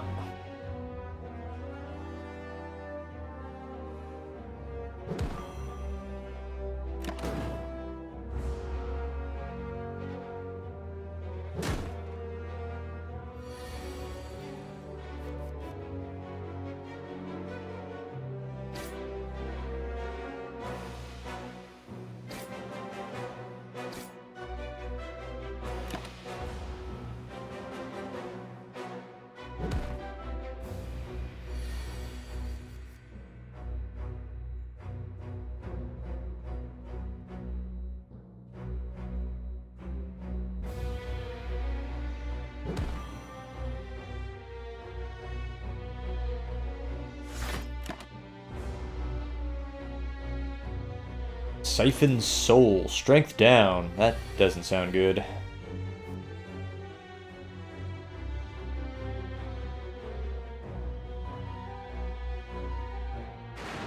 Well, it looks like what wounds do is they just take up your hand. So actually, the more I use power through, the worse I'm making things for myself.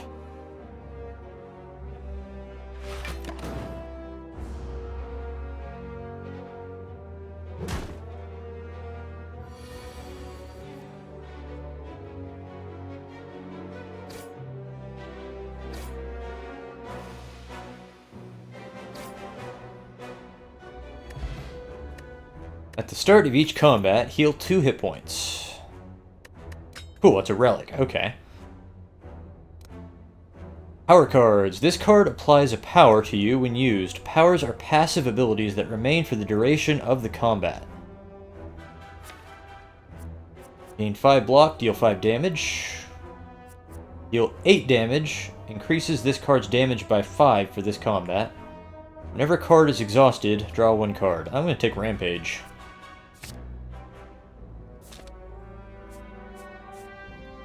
If I go this way, I get another campfire. Yeah, I'll go this way. The Boot. Whenever you would deal 4 or less unblocked attack damage, increase it to 5. Okay.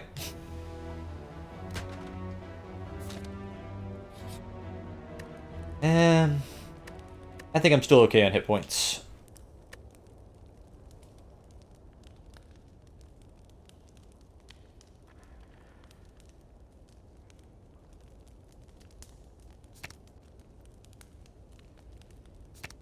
Yeah, I'll take that. Upgrade Rampage. I think Rampage is going to be a mainstay of the rest of this run. Although we'll see how I do on the boss. I think the boss is just going to stomp all over me.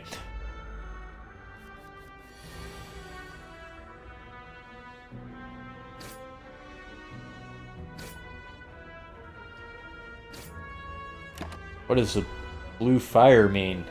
You do not belong here. Ritual. Oh boy.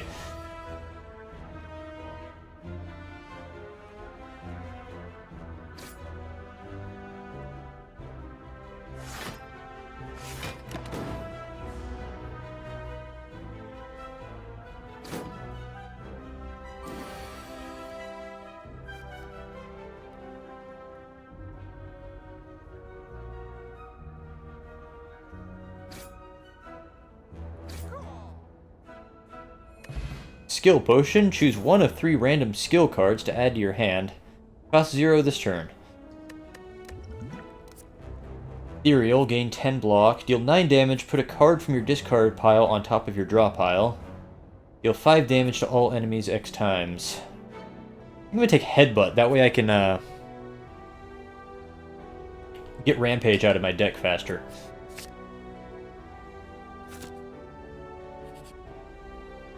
Oh, shoot. What are those things?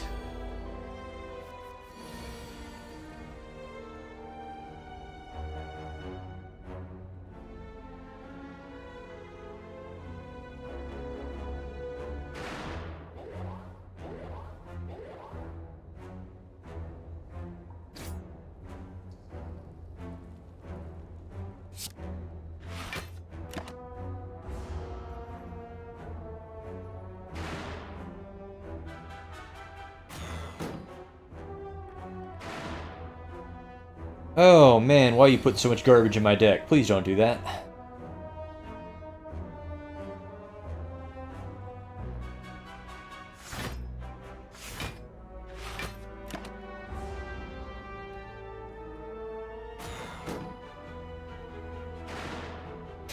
Oh shoot.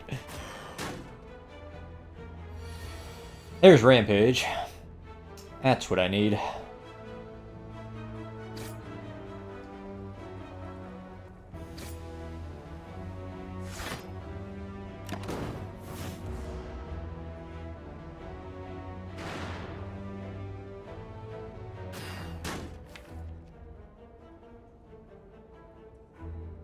Okay.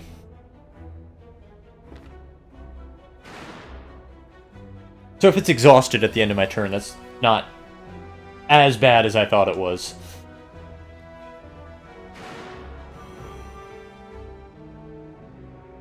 Still not great, but not as big of a problem as I thought it was, where I thought the longer this fight goes on, the more dazed cards I was going to be stuck with every turn.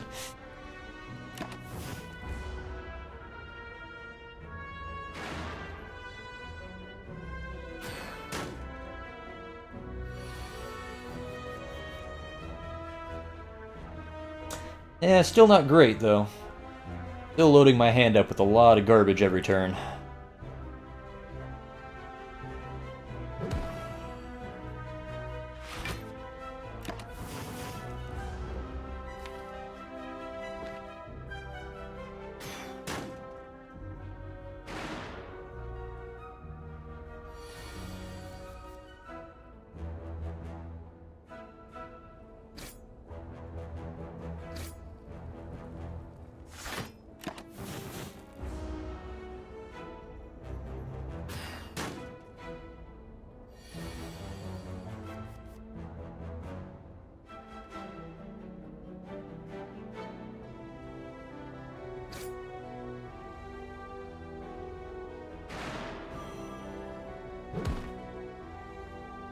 Centennial Puzzle. The first time you lose hit points each combat, draw 3 cards.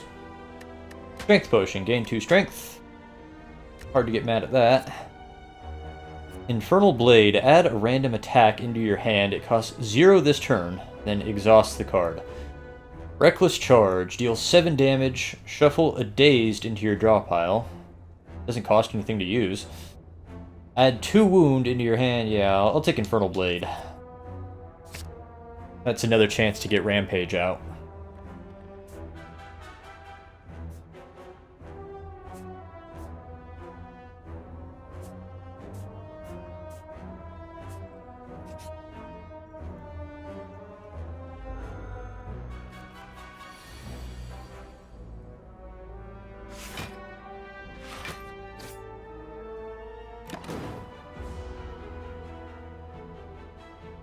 That's quite a sound effect. Oh, wow, look at all that. That is so cool. Okay, and can I headbutt? That'll let me get Rampage back out.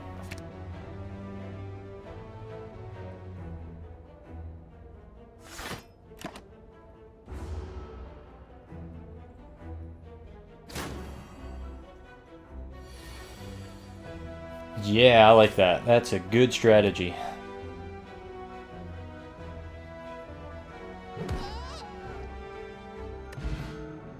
True Grit. Gain 7 block, exhaust a random card in your hand. Gain 5 block, deal 5 damage. I'll take Iron Wave.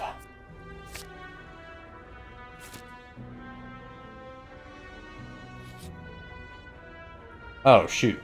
Look at all that.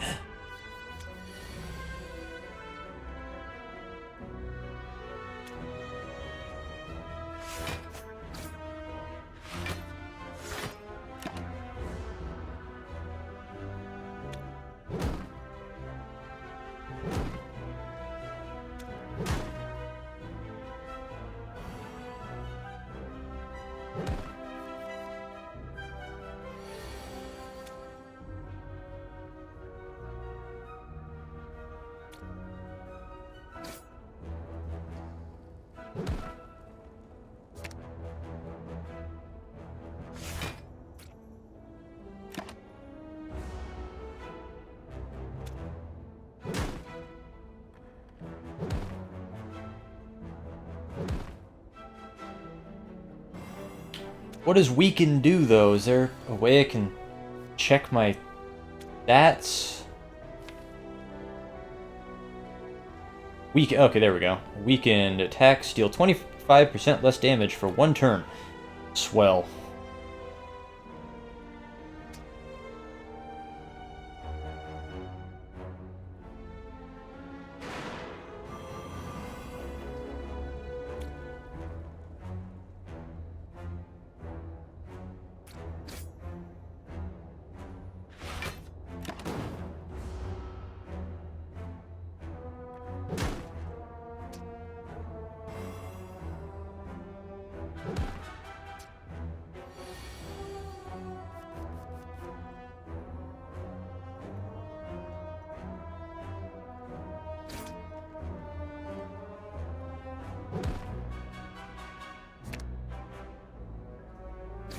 I probably should have blocked. Oh well. Oh well.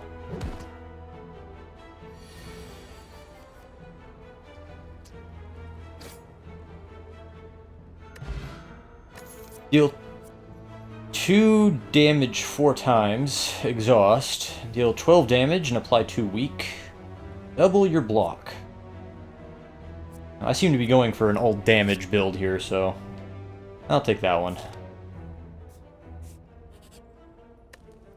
And yeah, I'll get my hit points back. Okay, let's see what the bosses are like in this game.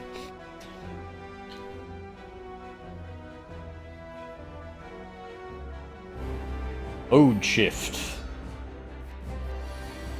This enemy intends to block on his turn. Mode shift after receiving 30 damage changes to a defensive mode. Okay.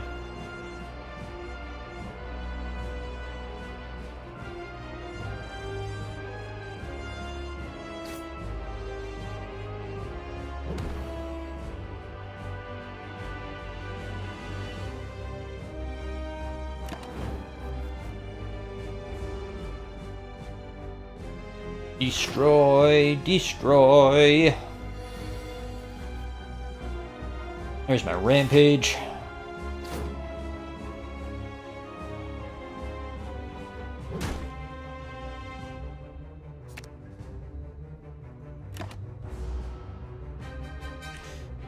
Yikes.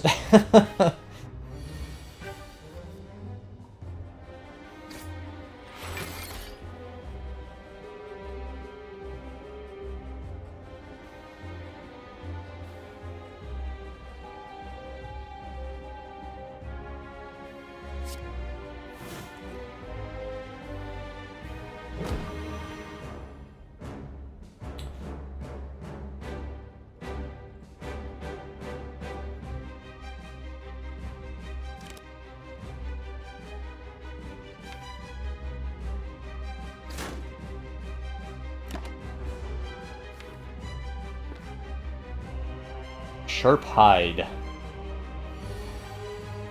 Whenever you play an attack, take 3 damage. But of course.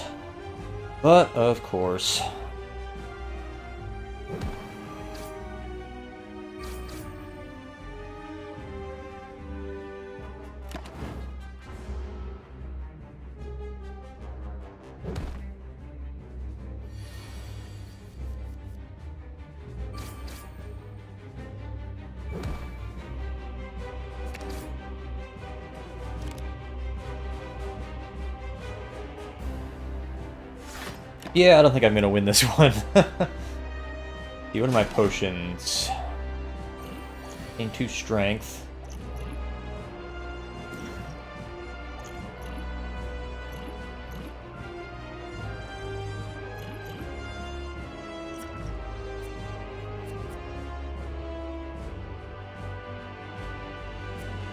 Gain 30 block exhaust. That is a lot of block, but you can only use it once every fight. Gain 8 block, draw 1 card. That's a chance to get Rampage out. I'll take that one. Oh, it doesn't even cost anything. Cool.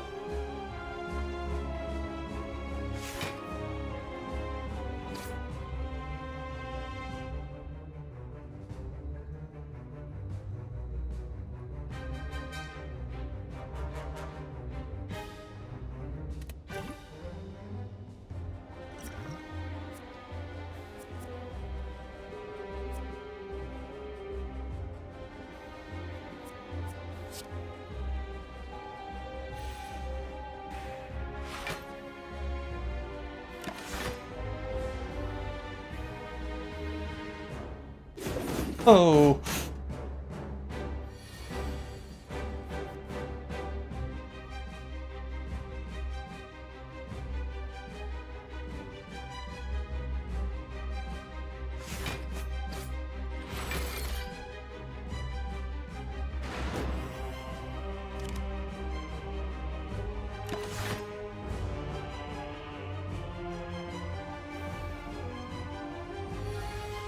Oh my gosh, Rampage. I love Rampage.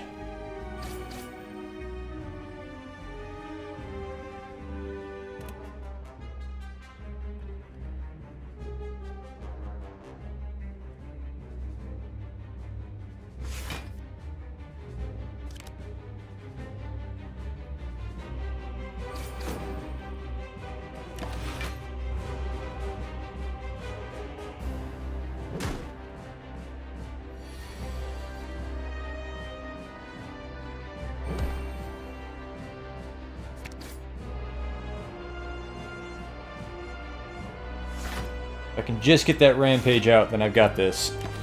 Barely, but I got it. And there we go. Bye-bye.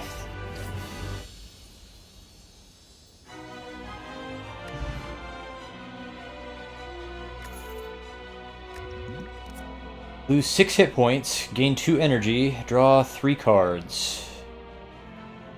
Deal 32 damage. Gain 3 vulnerable at the start of your turn. Gain energy. I don't really like any of these cards. I like that one the most of the 3 cards that I like the least.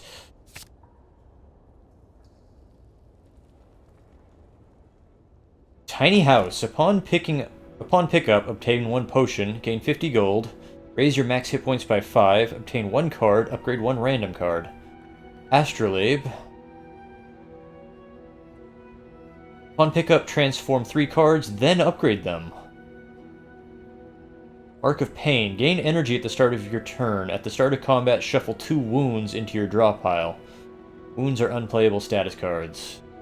I'll take the Tiny House. It seems like there's no downsides. I'll take the Tiny House.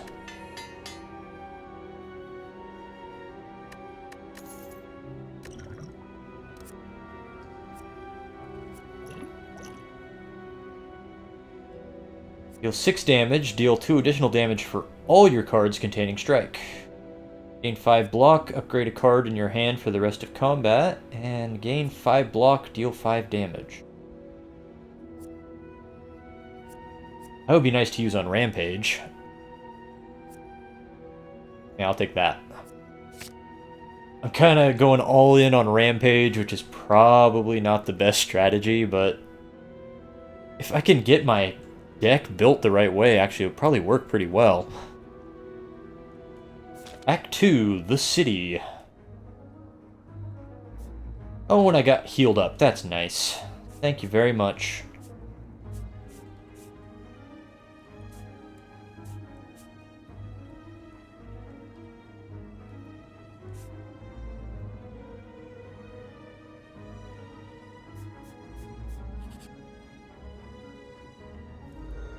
Oh, wow, look at that. 99 hit points straight out of the gate.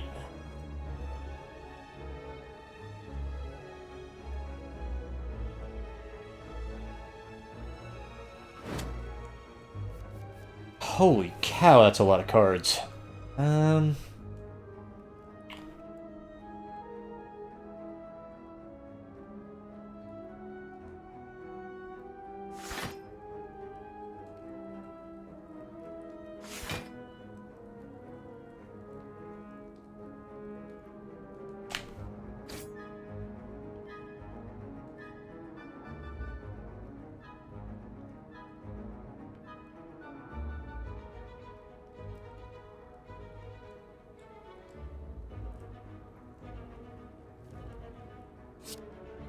Blood for blood.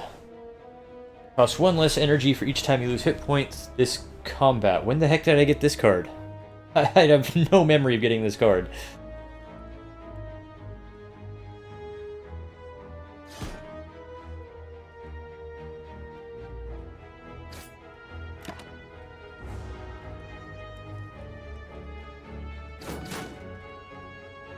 There's my Rampage.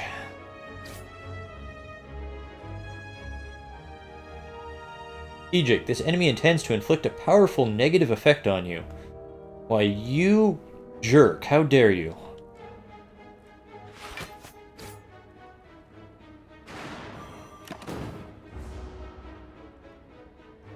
Suffer. X. Whenever you play a non-attack card, shuffle 1 dazed into your draw pile. Well, you're just encouraging me to lean into the strategy I was already using.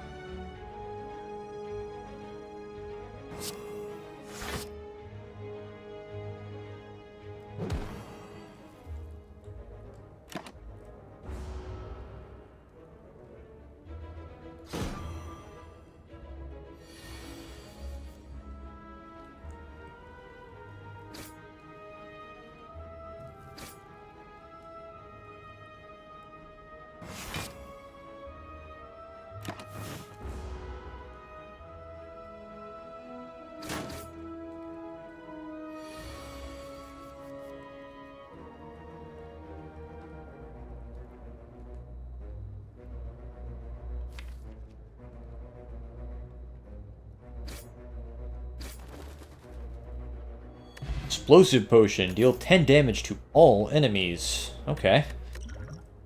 Could use that the next time I run into a big group. Deal 10 damage, draw 2 cards. Almost strike plus. Yeah, I should take that one. Another chance to get Rampage.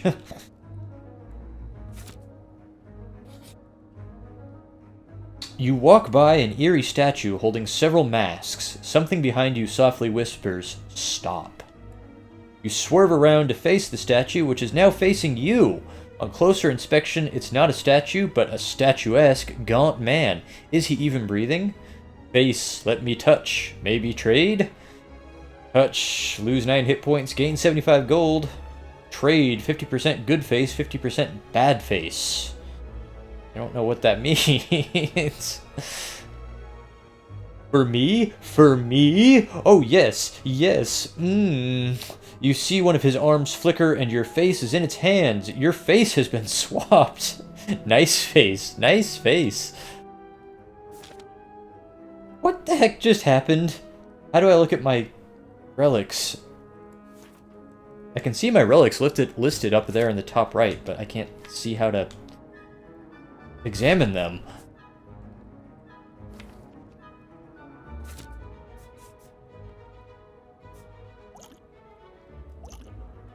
Oh, there we go. Okay.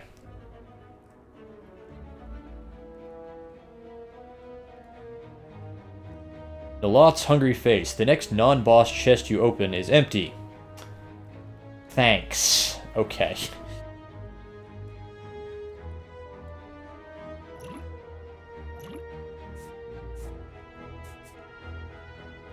Let's go to a shop. I haven't done a shop yet. Welcome!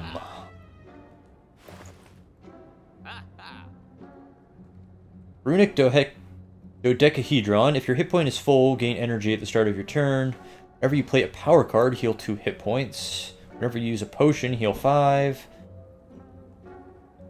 Card any number of cards. Card removal service. Remove a card from your deck. Cost of this service increases by 25% for the rest of this run. So if there's a card in my deck I really hate, I can get rid of it. Reduce the cost of a random card in your hand to 0 this combat. Every time you play 5 cards in a single turn, deal 10 damage to all enemies. Wow.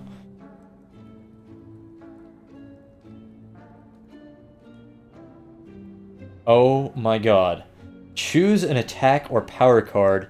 Add a copy of that card into your hand. Rampage. We're taking that one. Whenever you play a power card, heal 2 hit points. I don't think I have many power cards. Attack. Heal. I don't have any power cards. Okay, so that thing is not very useful to me.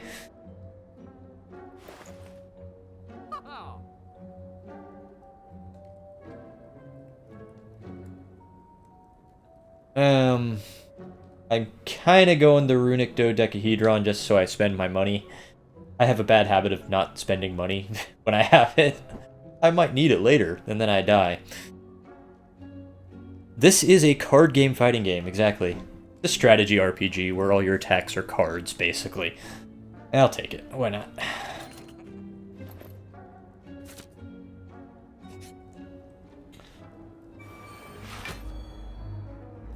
Okay, what's this going on? Barricade. Block is not removed at the start of its turn. Oh, you lucky.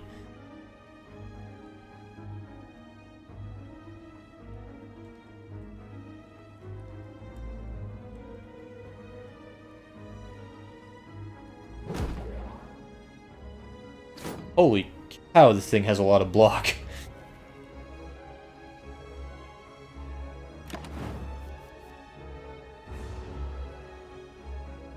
And he's just going to keep adding more block. Okay, here we go. Choose an attack or power card. Add a copy of that card into your hand.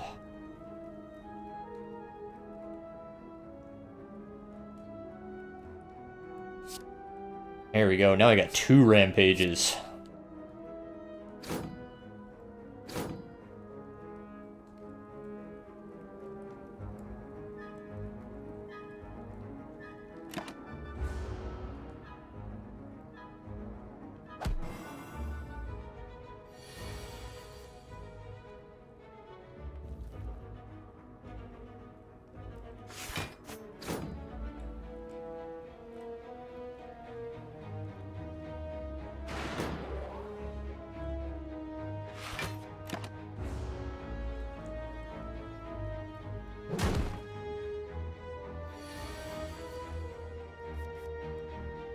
see.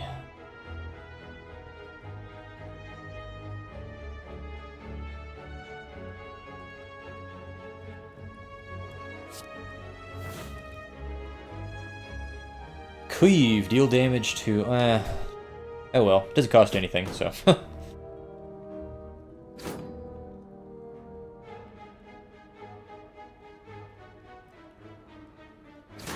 Now I'm dealing damage to it. Now we're getting somewhere.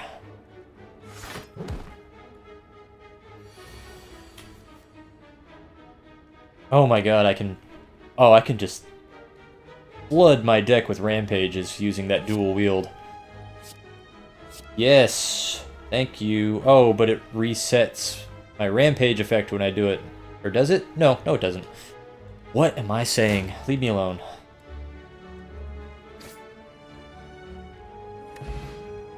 Impervious. Gain 30 block. Exhaust. Deal 12 damage. Can be upgraded any number of times. And Warcry. Draw one card. Put a card from your hand onto the top of your draw pile. Exhaust.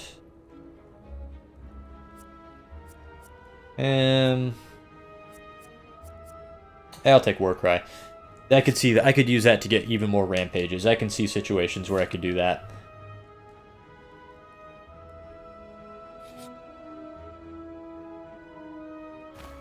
I guess I think that's a severe oversimplification of what Magic the Gathering is, but sure, if that's how you want to explain it to yourself. Add a random attack into your hand. It costs 0 this turn. Pummel. Like, it's literally a random attack. I thought it would be a random attack that I actually had in my deck, but no, it's just a random attack.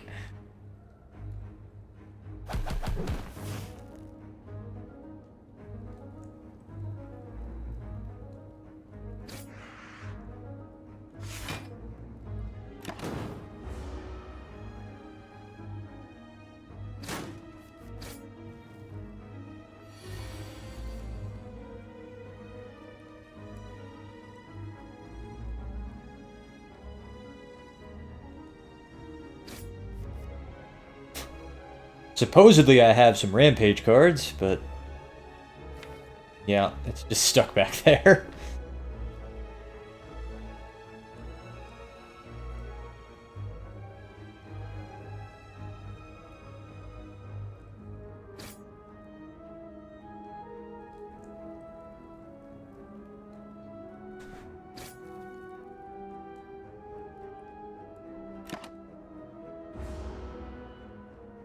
Suffer.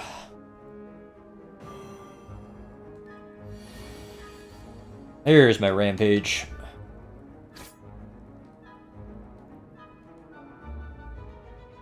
I should have used that on my Rampage, but oh well.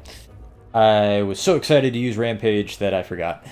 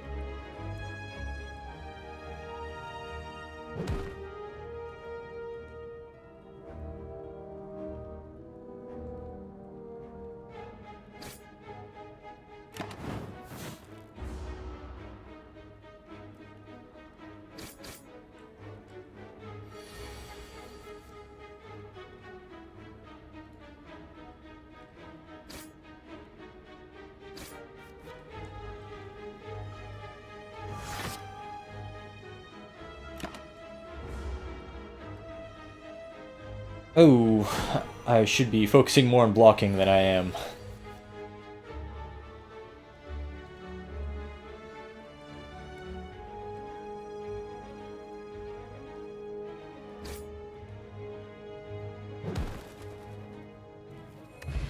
Ancient Potion. Gain 1 artifact. Well, I should use that immediately.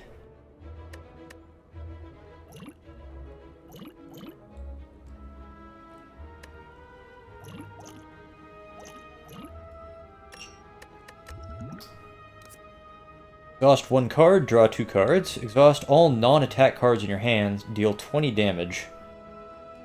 Oh, another armament. I'll take another armament. Oh, here's an elite fight, and... I'm probably gonna lose here. I only have 27 hit points. It's a giant arm holding a knife. How exciting.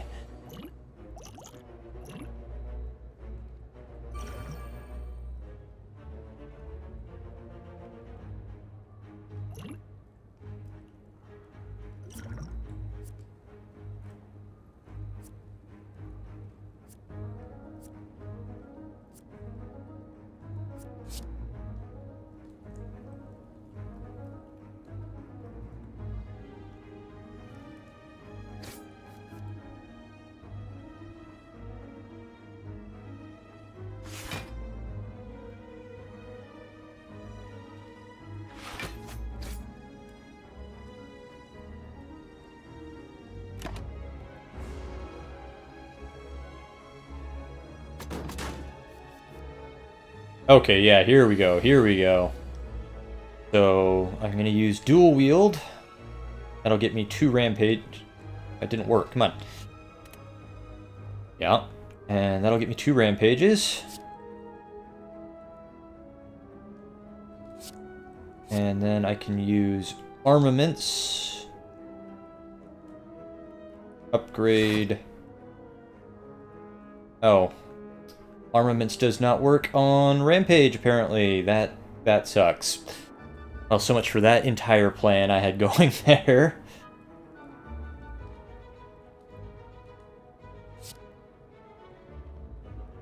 Well, I still have 2 Rampage cards, so that's nice. But I'm gonna take 18 damage.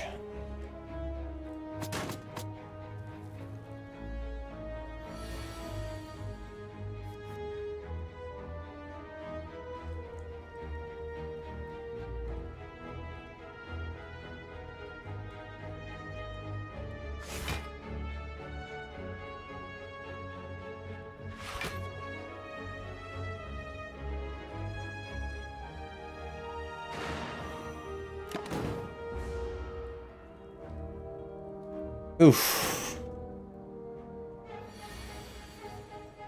No, I don't think so. I think it's just a hand coming out of a book. I haven't really seen anything that actually has, like, a weakness like that. And this is game over.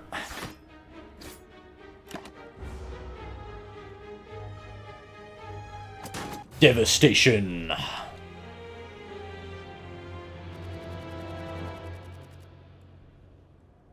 New character.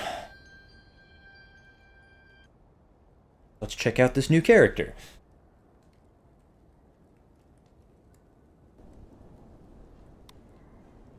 Oh, I get a compendium now, and statistics page.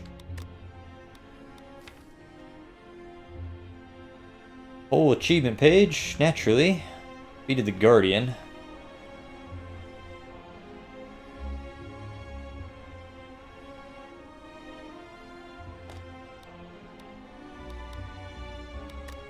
Ward library.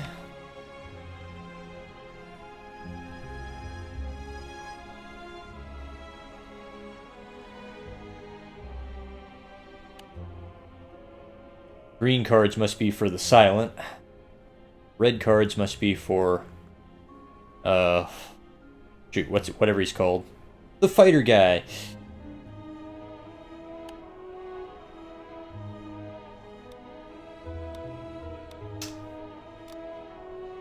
The Ironclad, that's his name. The Silent, a deadly huntress from the Foglands, eradicates foes with daggers and poisons. Ring of the Snake, at the start of each combat, draw 2 additional cards. Wow, okay, so the Silent's gonna have a lot of options every turn.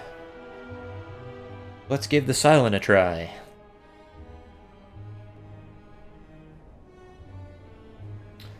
Greetings, I am Niao. This is new, this didn't happen the last time. At least confront the first boss. Enemies in your next 3 combats have 1 hit point, max hit points plus 7. Now, max hit points plus 7 would be more useful to me in the long run. So I'm gonna take that one. Granted. I guess he gave me a wish.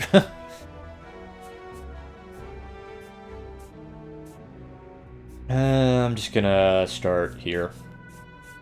Just pick one at random. Holy cow, look at all those options.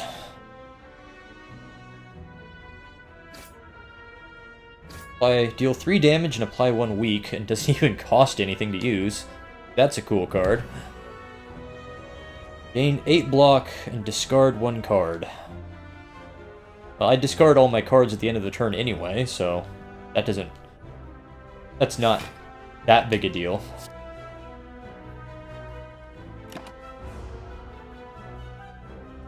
My power is unmatched. Ritual. At the end of its turn, gains 3 strength. Oh, yeah, that's something I probably don't want to deal with.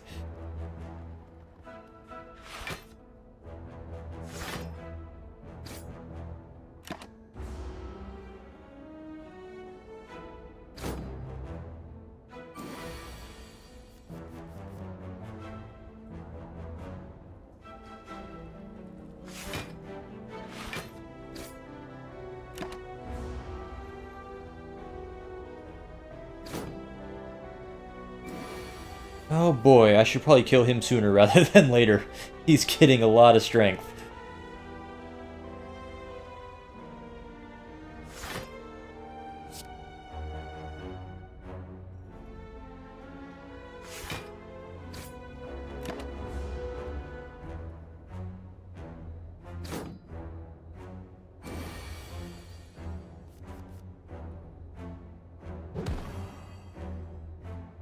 Oh, so close. 1 hit point left. What a bummer.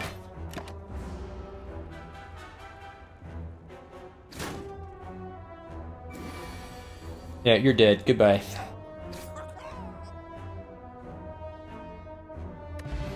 Regen potion. Gain 5 regen. That must regen me every turn? Maybe for the rest of the fight? I'm not sure. At the start of your turn, apply 2 poison to all enemies. Deal 8 damage, draw 1 card. Deal 8 damage, next turn gain energy.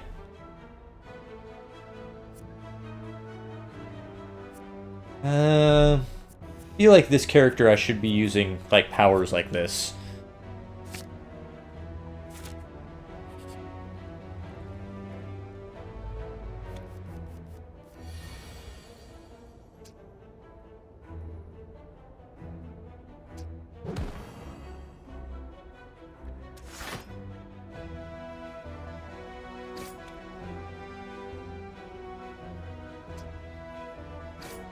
I used a block card, so I'm gonna at least make sure that I don't waste it. That's why I didn't just finish off the little guy.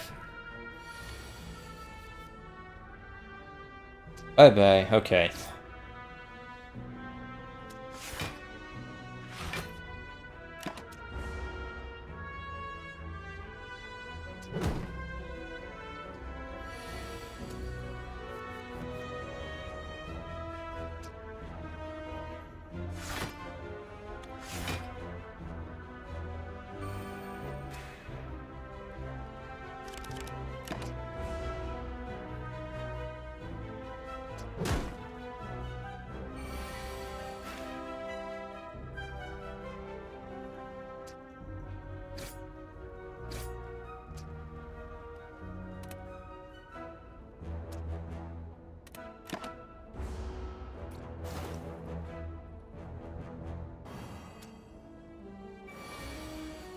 That's interesting.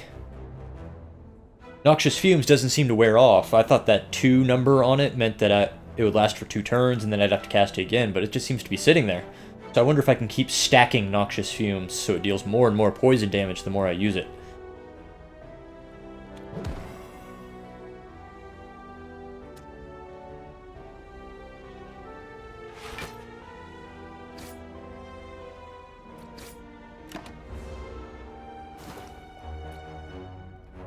Gambler's Brew. Discard any number of cards, then draw that many. Okay.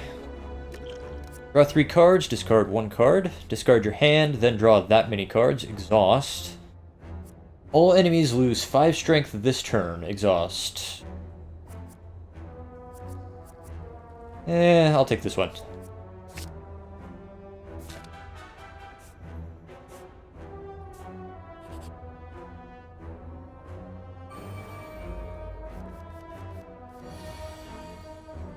Oh shoot. Lots of damage coming at me.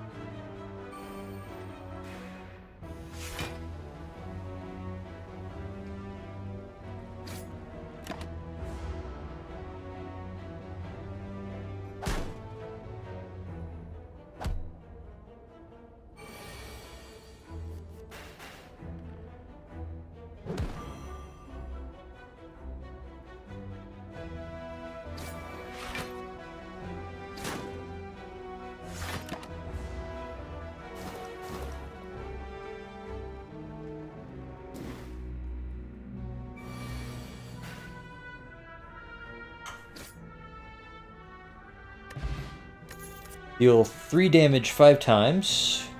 Whenever you are attacked, deal 3 damage back. And deal 5 damage for no cost. I'm gonna go for this one. I kind of feel like going for a powers build with this character. I have no idea what I'm doing. I'm just stumbling. But kind of like the building a lot of passive effects. That appeals to me. Before you lies an elaborate shrine to a forgotten spirit. Pray, remove a card from your deck. There a card in my deck I don't particularly like. Not really. But it's too late, I already picked it, so I have to pick one now.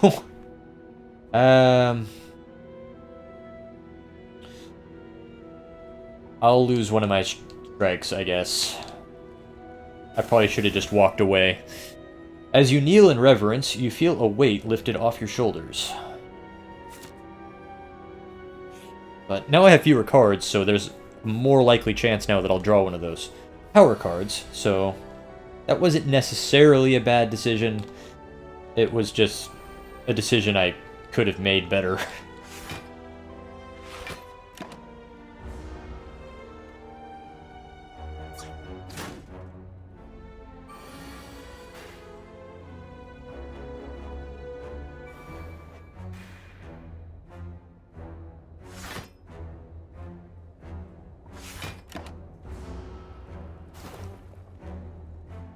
Yeah, 2 damage from Noxious Fumes really isn't that much. Like, even these basic enemies at the start here, they have 50 to 100 hit points.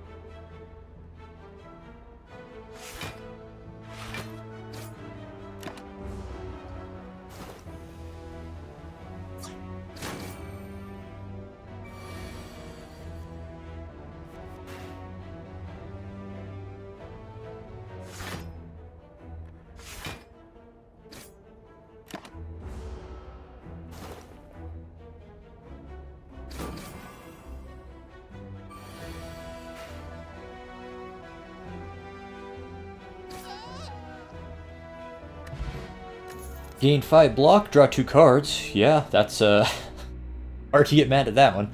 Draw 1 card, discard 1 card, for 0 cost. At the start of your turn, add a Shiv into your hand. Shivs are 0 cost attack cards which exhaust. That's a power, so I could use that every turn. Yeah, let's take that one.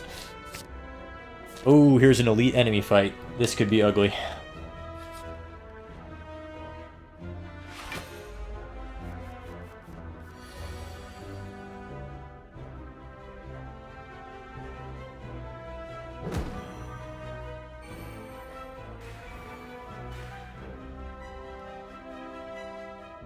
Acrobatics would be a lot more useful if it didn't cost anything to use. I kind of regret taking that one, because every time it's come up now, I've been like, that doesn't really do anything for me this turn. But maybe I'll find a better use for it later on, when I have more cards. Infinite Blades, yes please.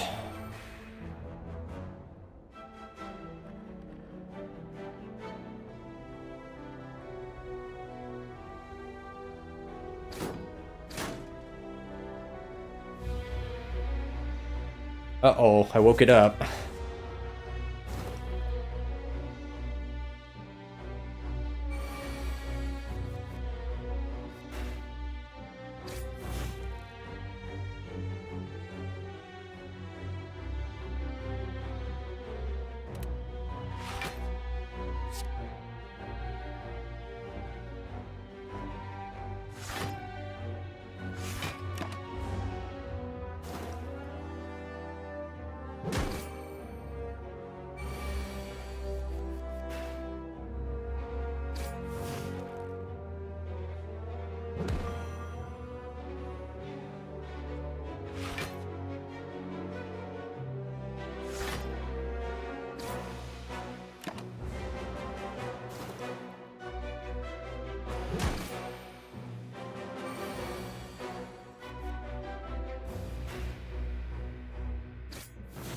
What's he doing? Strategic. The enemy intends to inflict a powerful negative effect on you. How dare you? But he's not going to damage me, so I don't need to block.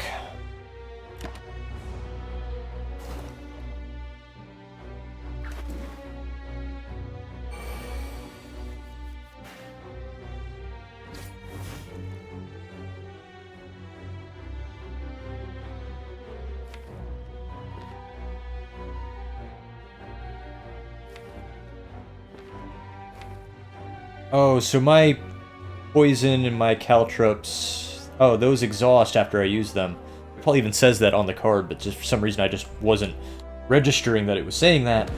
But I can't just keep replaying those, but I still get the effects, and I still like the effects, but I thought I could keep reapplying those effects for greater effect. Effect.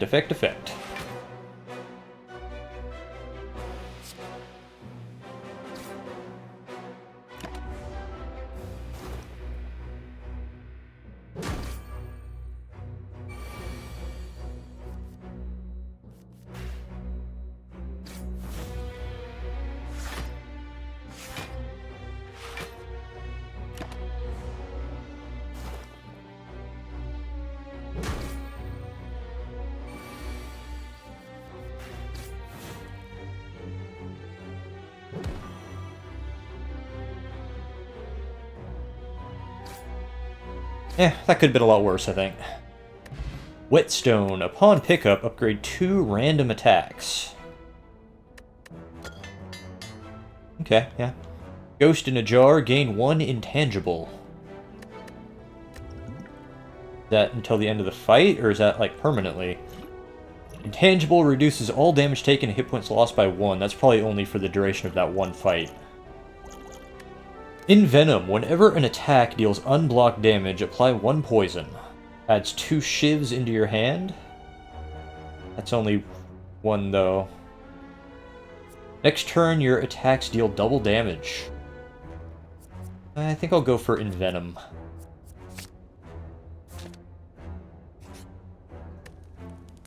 And rest to restore 23 hit points. Yeah, let's do that. Still not capped out on health. Trying to focus more on doing fights so I can get the strategies down, which is probably not the best idea, because those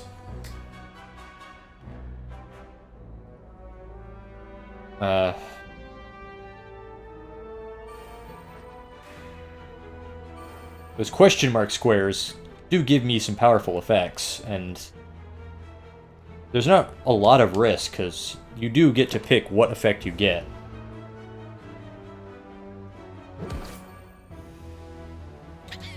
Oh shoot, the ritual guy. I gotta kill him before his ritual gets too strong.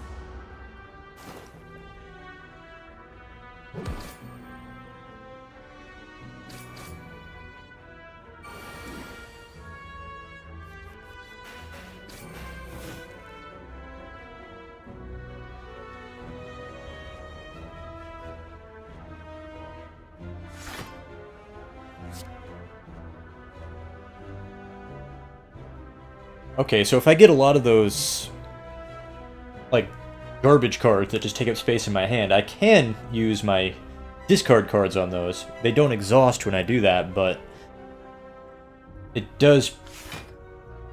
I could spend most of my turn recycling them, but that's probably not the best idea, because they're still taking up space in my hand when I do that. But it's an idea. It's something I can consider as a strategy. I don't think it's always the best strategy.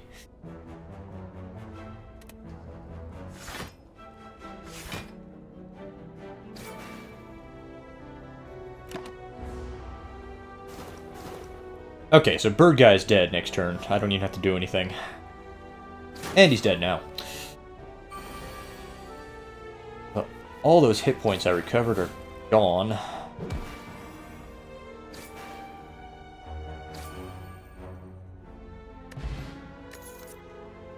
Deal 7 damage, apply 1 weak. Deal 10 damage. If you have discarded a card this turn, gain 2 energy. And there's a lot of discards cards, so Sneaky Strike actually wouldn't be the worst thing. It costs 2 energy, and if you've discarded a card, it basically refunds itself. But I'm gonna go for Prepared. If I go this way, I can fight an elite enemy. I'm gonna do that. Blood Vial. At the start of each combat, heal 2 hit points. And I have stupidly not used any of my potions. Ah, it wasn't a potion, it was a relic. Ah. Oh well. Oh well, now I know. Lesson learned.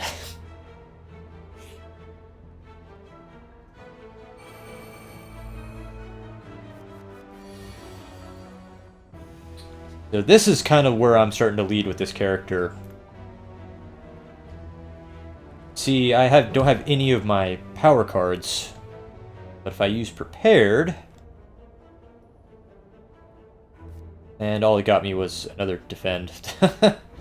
I'm not at all excited about that.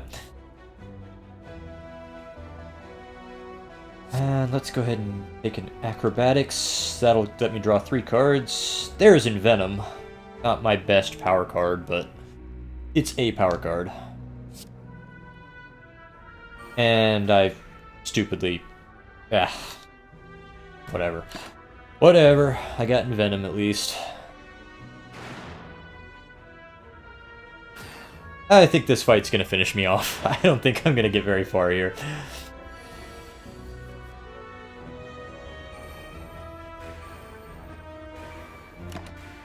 Yeah, this is it for me.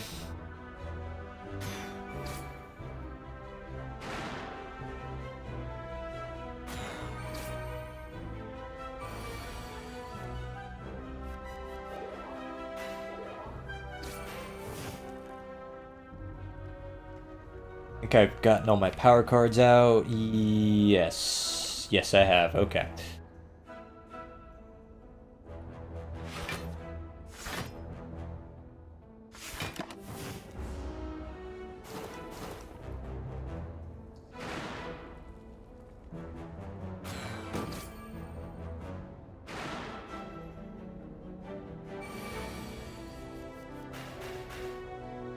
Okay, yeah, and my shivs even apply the Envenom effect. So actually that Envenom card is not as useless as I was lamenting it as being. So getting loaded up with all these Daze cards is not helping me. Game over right here. Game over.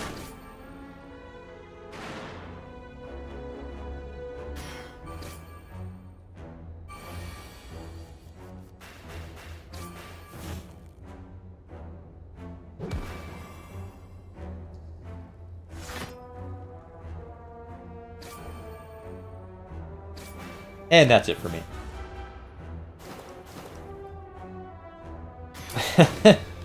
That didn't go very well. Not as well as my first run, but I actually liked that character better. New character. Okay, there's the third one. I'll do a run as the third character now.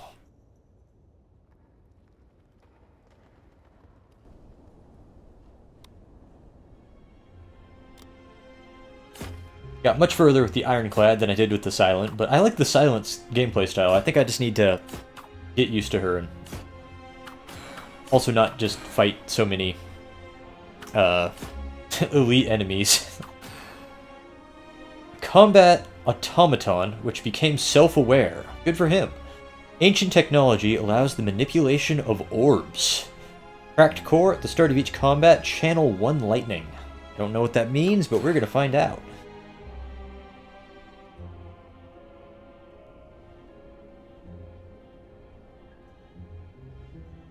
Hello again. At least confront the first boss. I'll do my best.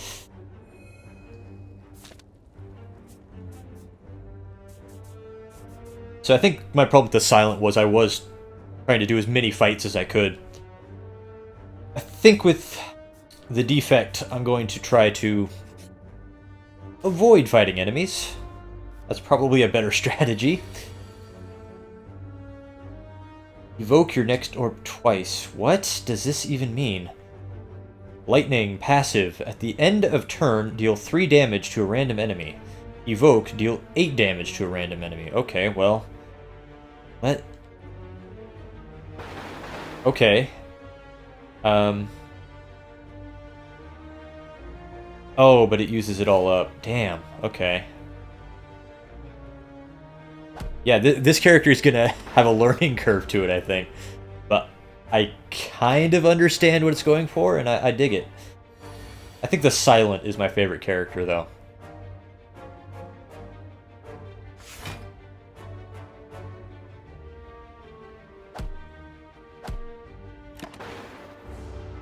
Okay, so when I evoked it, that burned up all my charges, but if I just let it go...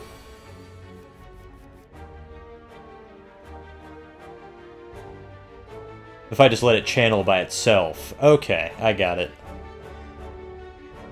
But evoking will burn out all the charges. Gotcha, okay.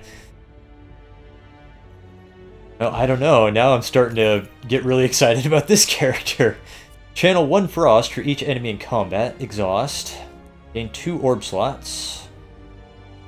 Draw 2 cards, add a burn into your discard pile.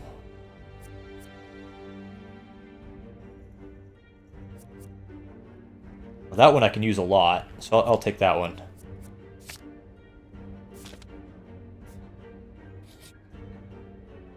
Oh, there's a question mark, but I got a battle anyway. Okay.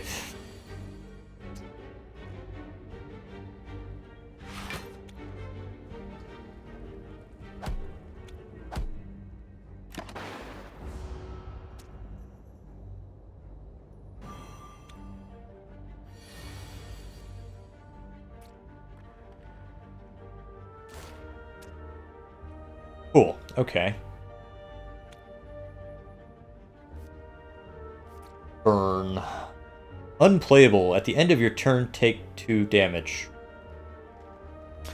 That is not what I thought it would do. I thought burn would add a fire orb. Shoot. Okay. Not a card I would have taken otherwise.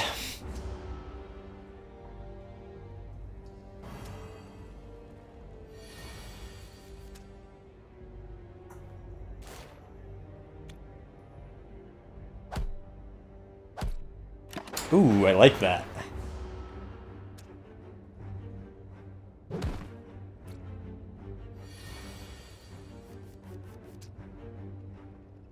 Alright, I win.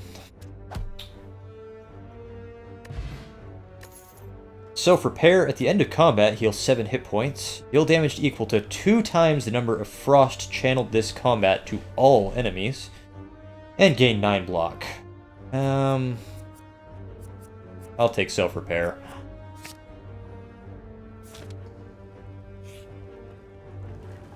You come across an inconspicuous pedestal with a shining gold idol sitting peacefully atop. It looks incredibly valuable. You sure don't see any traps nearby.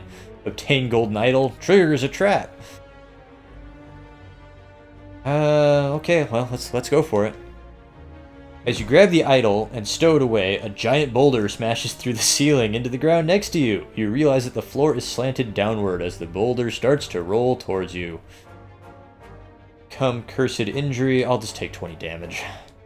You throw yourself at the boulder with everything you have. When the dust clears, you can make a safe way out.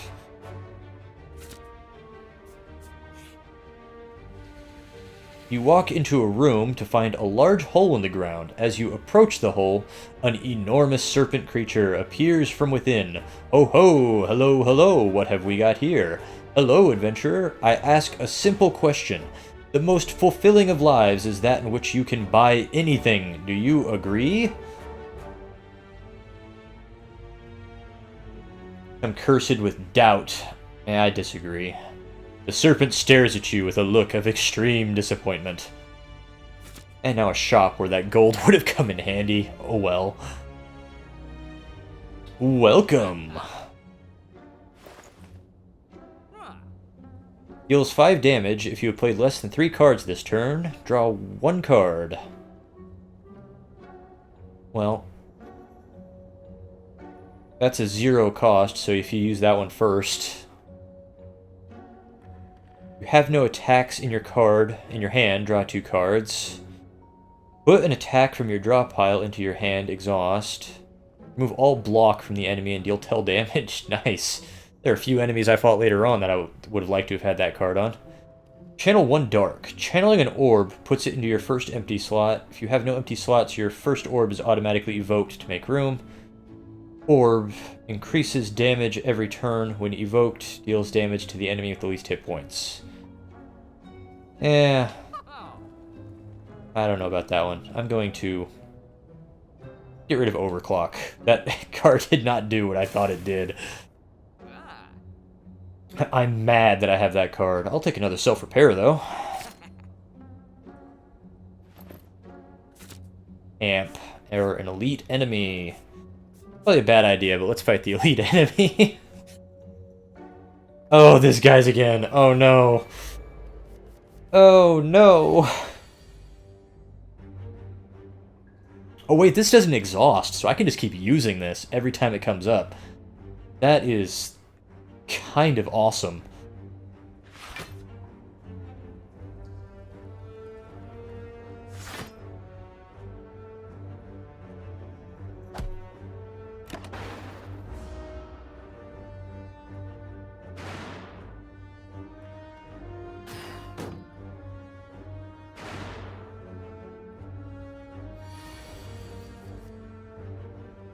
Oh, man.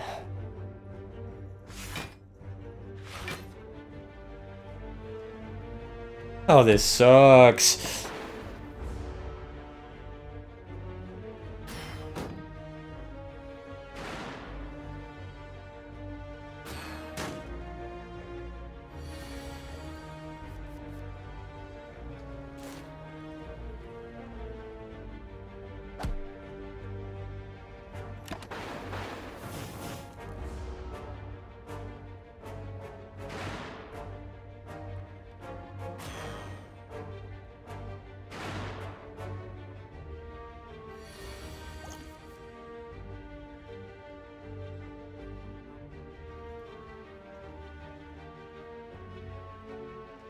Oh, this is a boring hand. Oh well. I really need to be blocking damage anyway. Although, I don't think I'm going to survive this fight.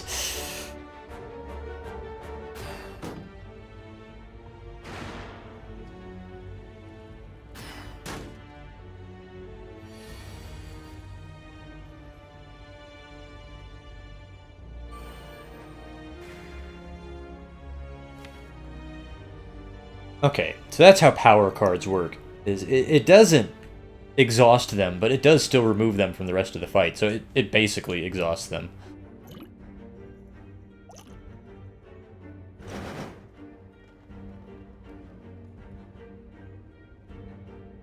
So no, I can't just keep using self-repair over and over and over. That did seem a bit OP. Like, you could just turtle in a fight, just casting self-repair over and over and over again, and never die.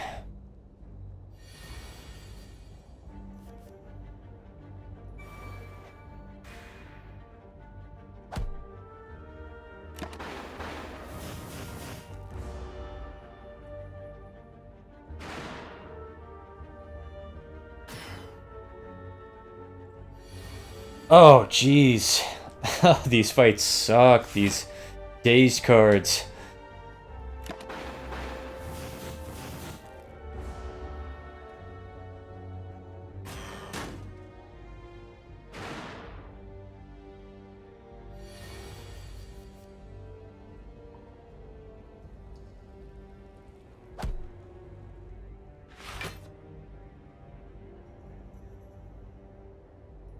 Oh, boom. There we go.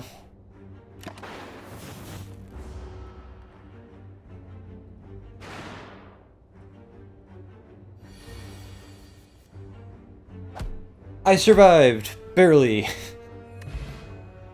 Mummified Hand. Whenever you play a power card, a random card in your hand costs 0 that turn. That's pretty nice, because I'm going to be using a lot of power cards. Gain 6 block, decrease this card's block by 1 this combat, so that becomes less effective every time you use it, but it's free.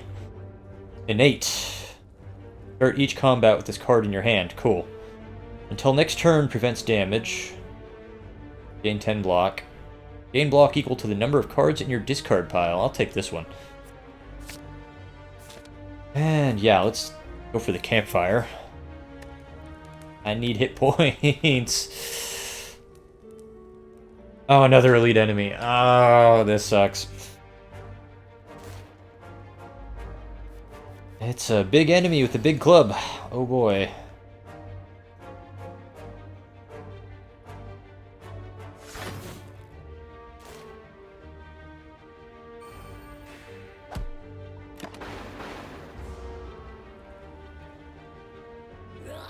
Oh, shoot. Whenever you play a skill, gain 2 strength. Okay, that's not as threatening as I thought it would be.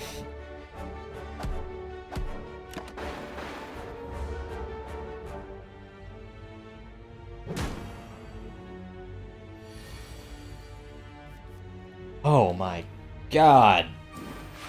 Oh my god. Every time I defend, he actually gains extra strength. Oh.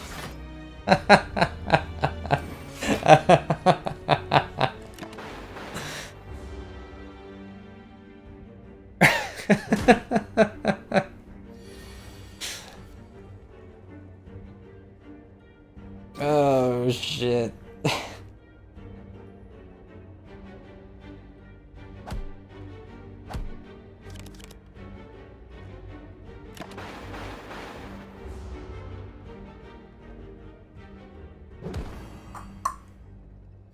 Game over, man.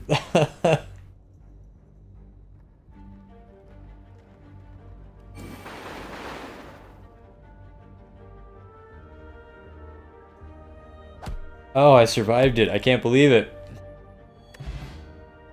Whenever you deal 4 or less unblocked damage, increase it to 5. Okay. Deal 3 damage and apply 1 vulnerable for free.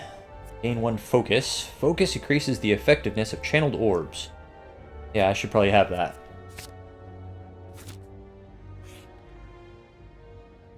Whetstone. Upon pickup, upgrade 2 random attacks. Oh, and another campfire. Nice. Oh, jeez. Nope, no more elite enemies. That's it for them. You come across a dead adventurer on the floor. His pants have been stolen. Also, it looks as though he's been gouged and trampled by a horned beast. Though his possessions are still intact, you're in no mind to find out what happened here. Find loot, 25% chance the monster returns. Couldn't find anything. Continue searching. 50% chance the monster returns. You found some gold. Continue searching? No. I am leaving. Pushed my luck enough. As you walk into the room, you hear a gurgling and the grinding of metals. Before you is a slime-like creature that ate too much scrap for its own good. From the center of the creature, you see glints of strange light, perhaps something magical? It looks like you can get some treasure if you reach inside its opening. However, the acid and sharp objects may hurt. Lose 3 hit points, 25% chance to find a relic. 3 hit points isn't that much, but 25% chance isn't that much either. But, let's go for it. Still convinced you could find a relic. I'm getting a relic out of this. There we go. That was probably a bad decision. Vajra. Start each combat with 1 strength. That's not real exciting for me, to be honest. Not playing as the defect. Welcome! Deal 10 damage to all enemies, channel a Dark Orb. Deal 3 damage, increases the damage of all claw cards by 2. Gain 7 block, next turn gain energy. Whenever you play a power card, draw 1 card. Exhaust up to 3 cards in your hand. Why would I want to do that? There must be synergy with another card with that. Shuffle 3 random skills into your draw pile. Okay.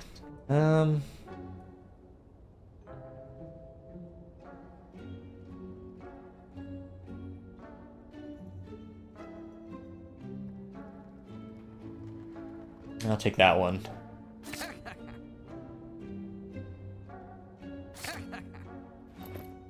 Another campfire. Made it to the boss. Let's see how well that goes.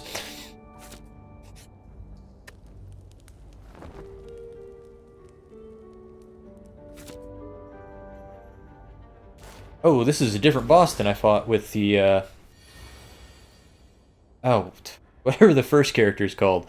The Vanguard, or whatever. This enemy's intentions are unknown, not attacking.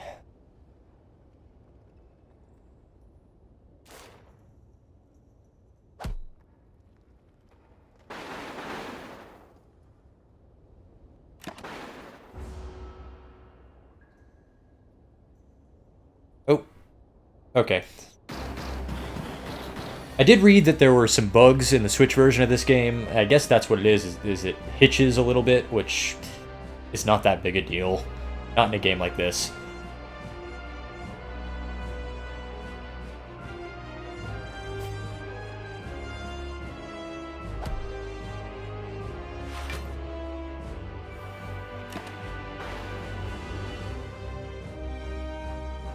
Oh my god, okay.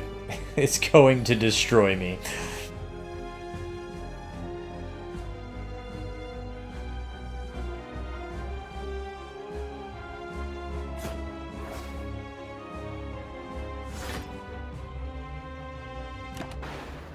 Okay, so that Dark Orb is going to keep increasing in power every turn until I evoke it.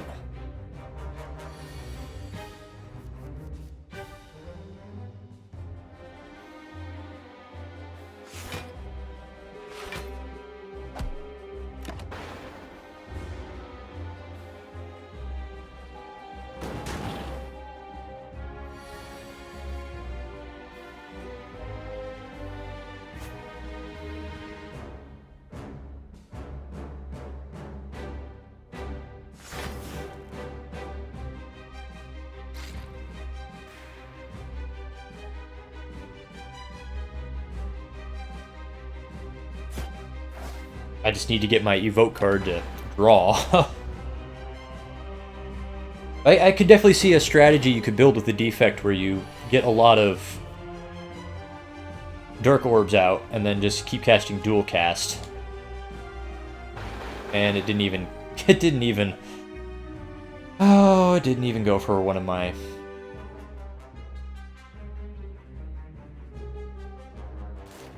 Didn't take my Dark Orbs. I was so disappointed I couldn't even get the words out. I'm also tired and my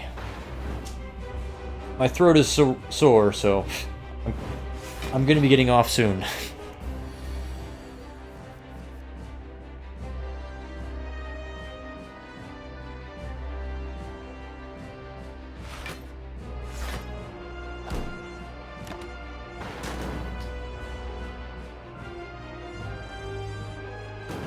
Well, I'm just gonna absolutely nuke this guy once I can get...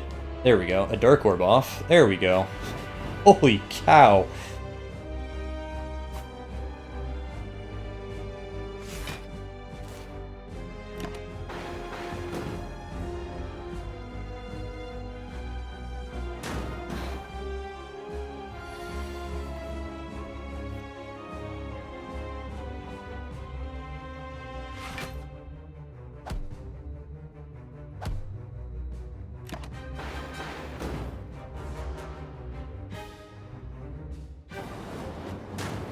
Oh, so close.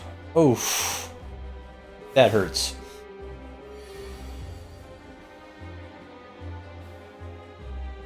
And I think that'll do it.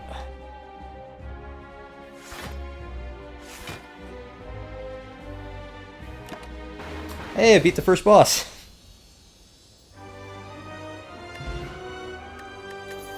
Seek, draw one card from your draw pile into your hand. Exhaust. At the start of your turn, draw one additional card. Deal 10 damage. Put all cost 0 cards from your discard pile into your hand. Well, I don't think I'm really going to get to use any of these, so I'll just take Machine Learning. That's okay. Did you have a good time with Pokemon Go Community Day? Orrery. Upon pickup, choose and add 5 cards to your deck. Philosopher's Stone. Gain energy at the start of your turn. All enemies start combat with 1 strength. And Runic Pyramid. At the end of your turn, you no longer discard your hand. Actually, that could be kind of awesome. Yeah.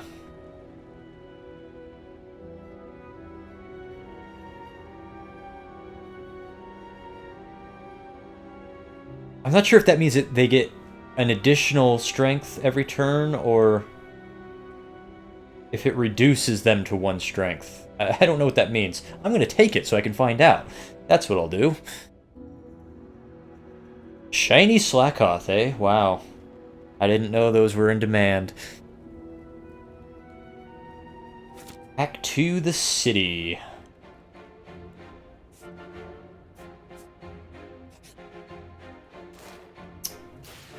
Plated armor, what does that mean? Okay, well, that's what the Philosopher's Stone did, is it gives me an extra attack or an extra energy every turn. But it also makes enemies deal 1 extra damage, which does add up quite a bit. Oh boy.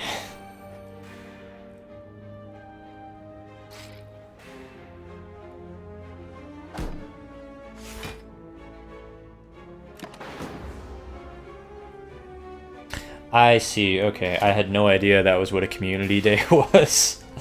I just kind of guessed that you got together with other people who play the game. You know, that was fairly self-explanatory.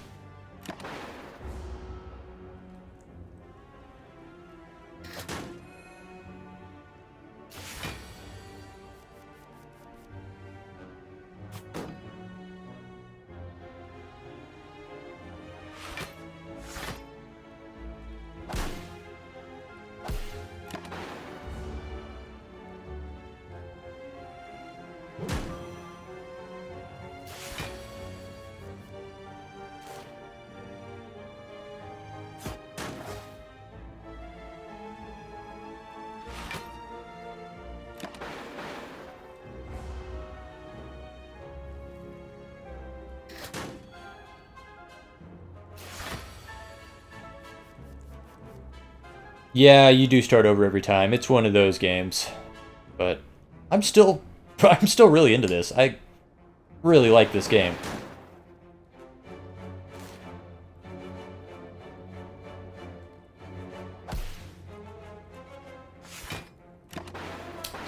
Gotcha. 9 block, deal 10 damage and apply 2 lock-on. Lock-on targets receive 50% more damage from orbs. Gain 6 block, yeah. Yeah, let's take that.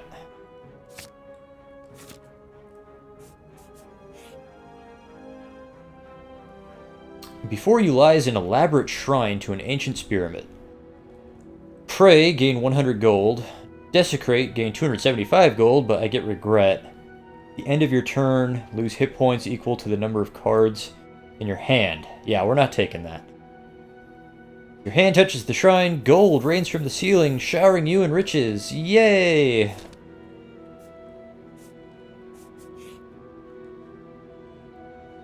Yeah, this is a really smart game. I mean, I can already see really cool strategies you can do, and I barely started playing it. I'm sure there are amazing strategies that I haven't even begun to unlock yet.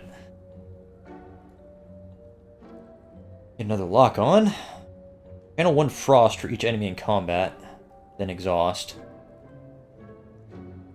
Frost orbs gain me block. Oh, that would have been nice to have. Shoot, I should have taken that earlier. Channel a random orb. That's a nice power. I'll take that. Have a nice day.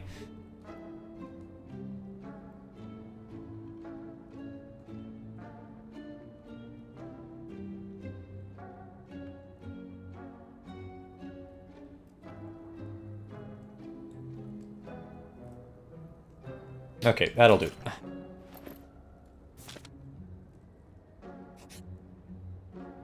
Oh, you can remove the curse in the shop? Oh. Okay, I didn't know you could do that. Channel 1 Lightning, 1 Frost, and Channel 1 Dark, then Exhaust. Yeah. Gain energy for every 6 cards in your draw pile. Channel 1 Frost, draw card. I'll take this one.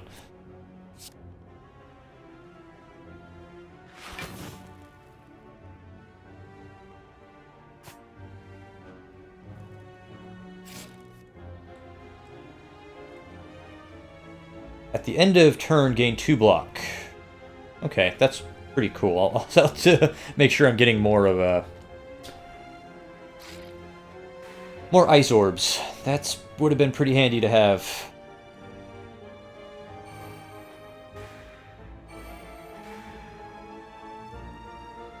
Assume your rightmost orb and use its evoke effect. Do I want to do that though? I don't. That's alright.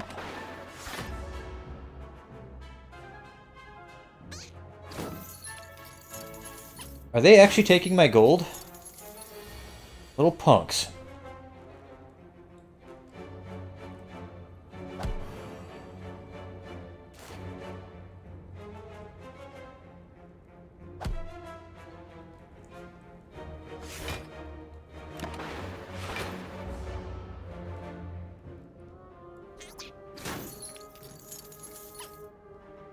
They are taking my gold. You jerks! Wow, I hate you guys.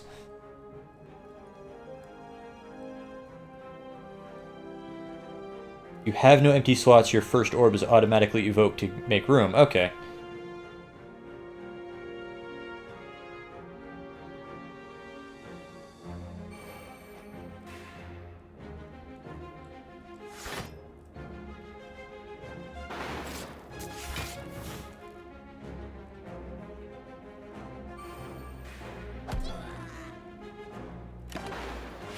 I don't even get my gold back, do I? Maybe I get it back at the end of the fight.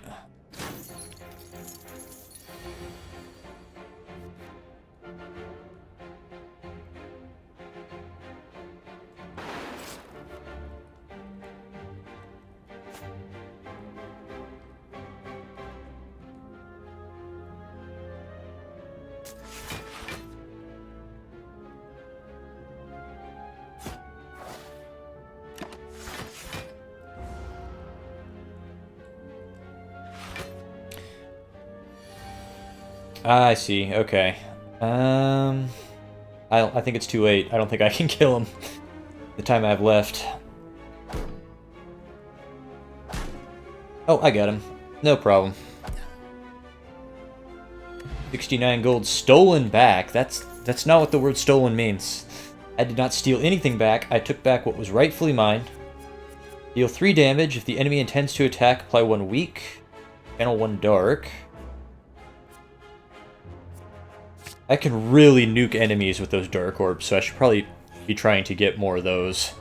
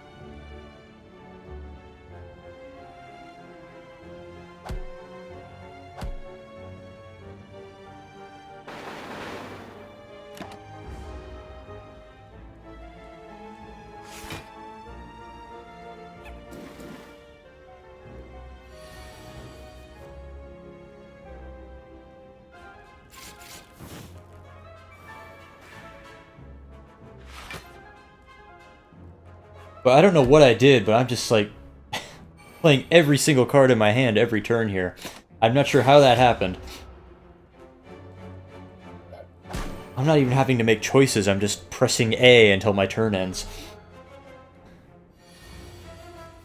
Oh, cool. Cool, cool, cool.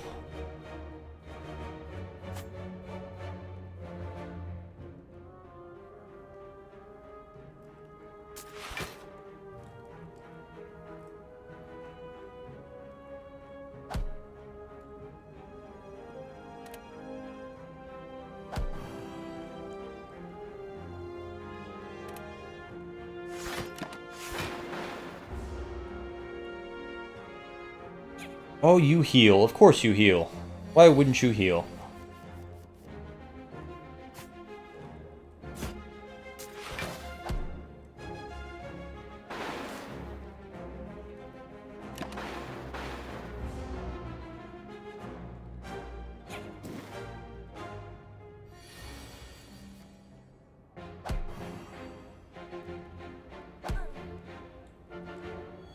Here, potion, apply 3 vulnerable. Ball lightning, deal 7 damage, channel 1 lightning. Channel of frost.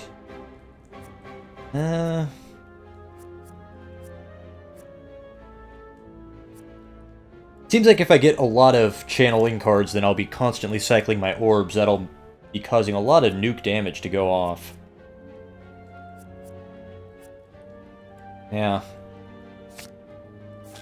Yeah, I've learned my lesson about the elite enemies. I'm gonna stop picking fights with them all the time. 24 hit points will cap me off and then some. That's a little bit of a waste, so I'll upgrade a card. Oh, if I upgrade it, it doesn't even cost anything to cast? Sweet.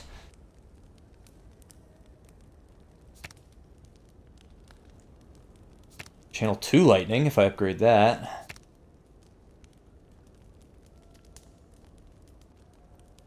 Apply 2 lock on. Well, if I upgrade my bullseye cards, then I can get everything in one fight with one cast.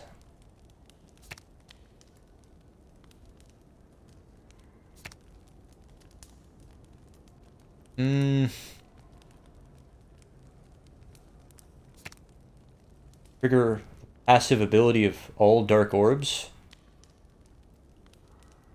Huh. I don't know. I'll take that one.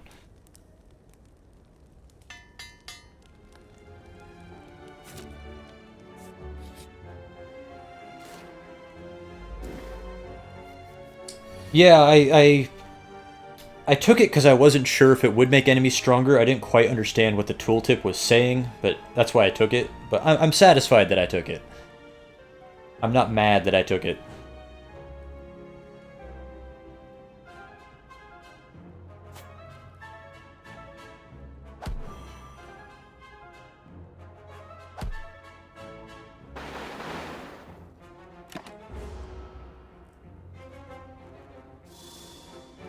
Confusion! Whenever you draw a card, randomize its cost.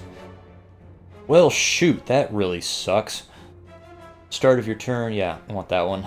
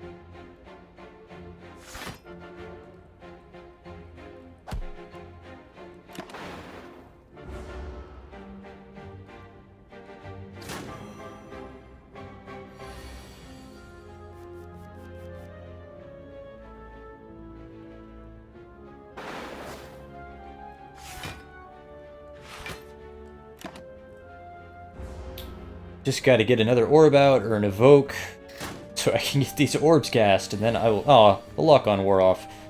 Little punk.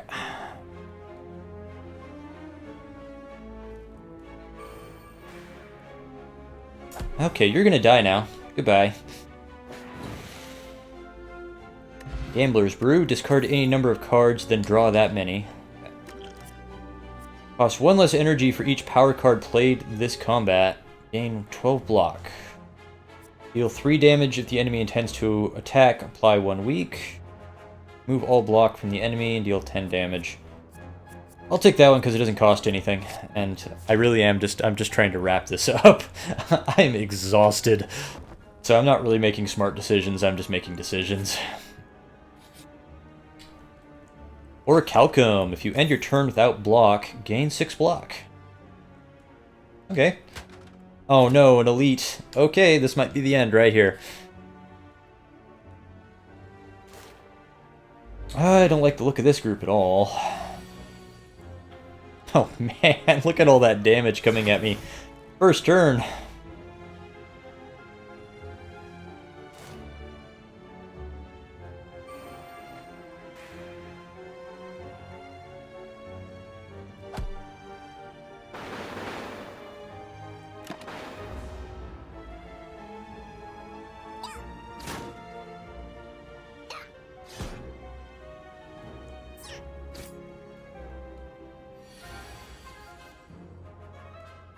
Kill the back guy first? Okay.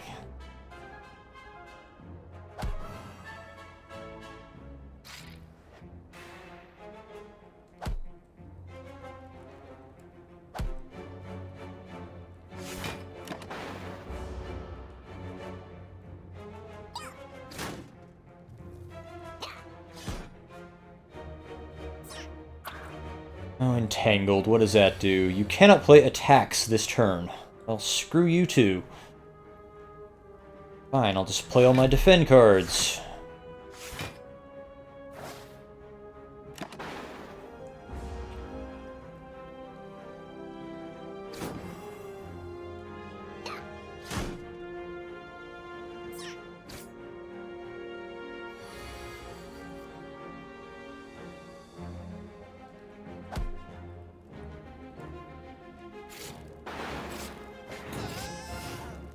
Boy, if I've got a full slot of dark orbs, using that chill would just really kick out the damage.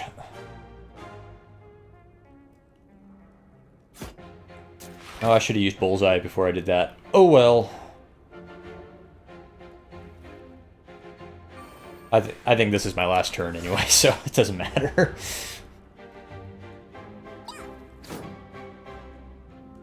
Close.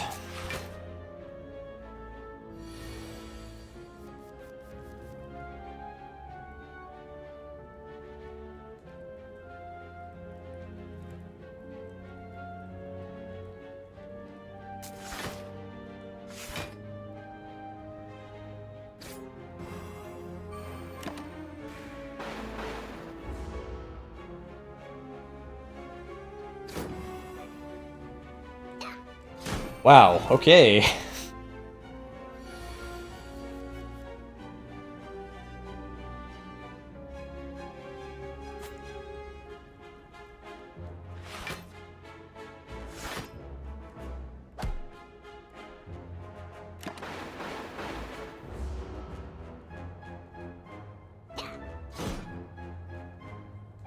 Somehow I survived this fight. Winged Boots. You may ignore paths when choosing the next room to travel to 3 times. Deal 7 damage to a random enemy twice. Deal 5 damage, increases the damage of all claw cards by 2. Deal 15 damage, reduces this card's cost by 1 this combat. So the more I use that, the better it is. But I'll take Claw. Claw has been a pretty good item.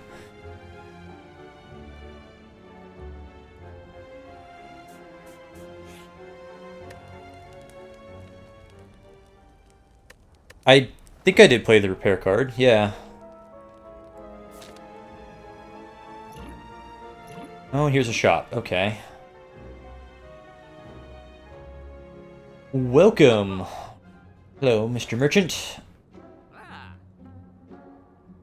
Start each combat with 1 dexterity. Dexterity improves block gained from cards. That'd be nice to have on the, I can't remember their dang class names. The warrior. Is there any cards I want to get rid of? I think I like all my cards, so no. Okay. Deal 5 damage if you played less than cards. Draw a card.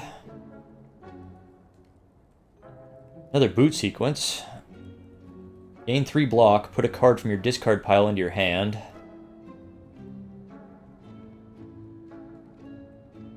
Impatience. If you have no attacks in your card... Yeah, I can't even talk, man. You have no attacks in your hand, draw 2 cards.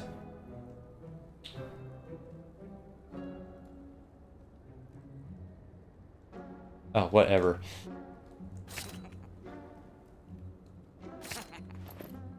I'm sorry, I'm just so tired. I'm so tired.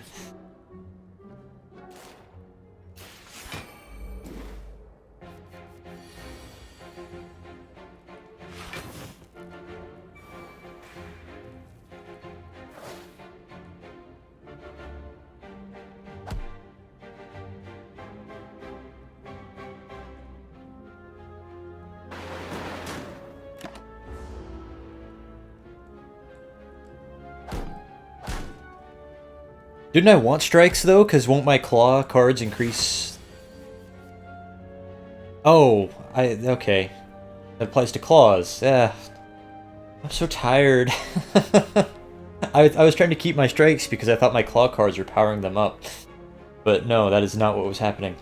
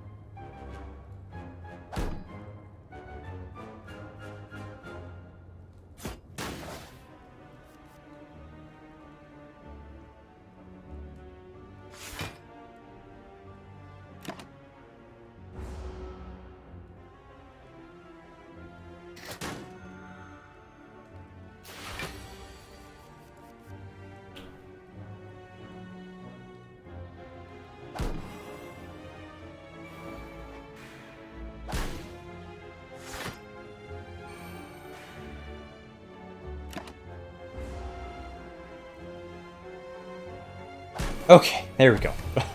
Now I can take a break. Oh, I need a break. Oh, right. I forgot about my mummy hand. That was literally my first time playing as the defect, so I'm still learning. Thank you for the guidance, though. I do appreciate it. But I did the worst with the silent. I didn't even make it to the first boss, but I actually like the silence playstyle the best, so that's probably who I'm going to be playing as the most as I continue. But I liked all 3, really. There were playstyles I could see with all 3 that I really was latching onto, and I was excited to explore further. But I'm surprised I did so well with the defect. I thought, oh, the mage character, yeah, I'm gonna do the worst with the defect, but I actually made it the furthest with the defect, even though I had no idea what I was doing. Yes, thank you. Oh, thank you for the follow as well. But I don't know why I'm so tired. I ate earlier, and I've only been doing it for about 3.5 hours. I've been way longer than this, but, you know, it's just one of those days. I think I'm a little sick, too, which is probably not helping. But anyway...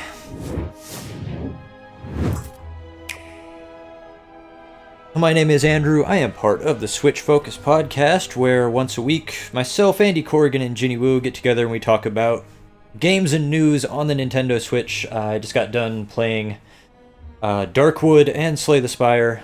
Darkwood I have mixed feelings about. I need to play that more. I don't know what to make of it yet, but I do know that it's too small. I can't read the text. I can't tell what anything is, so that's a problem. For the Switch version, at least. It's probably not as bad on the PC version, where you have better control over the resolution, and you're probably playing it on a bigger screen anyway. But Slay the Spire is fantastic. It's absolutely as excellent as everybody has been saying it is. I'm really happy with it. Last night we recorded our episode where we talked about Iconoclasts and Time Spinner, which is new on Switch this week. And we talked about the Nintendo Direct, the Pokemon Direct, and we did our E3 predictions. That episode should be out in the next couple days.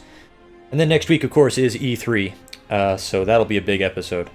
You can find us on Stitcher, TuneIn, iTunes, and other podcast services by searching for Switch Focus, or you can visit our website at switchfocuspodcast.com. If you're watching this live on Twitch, please hit follow, or if you're watching the archive on YouTube, please hit subscribe.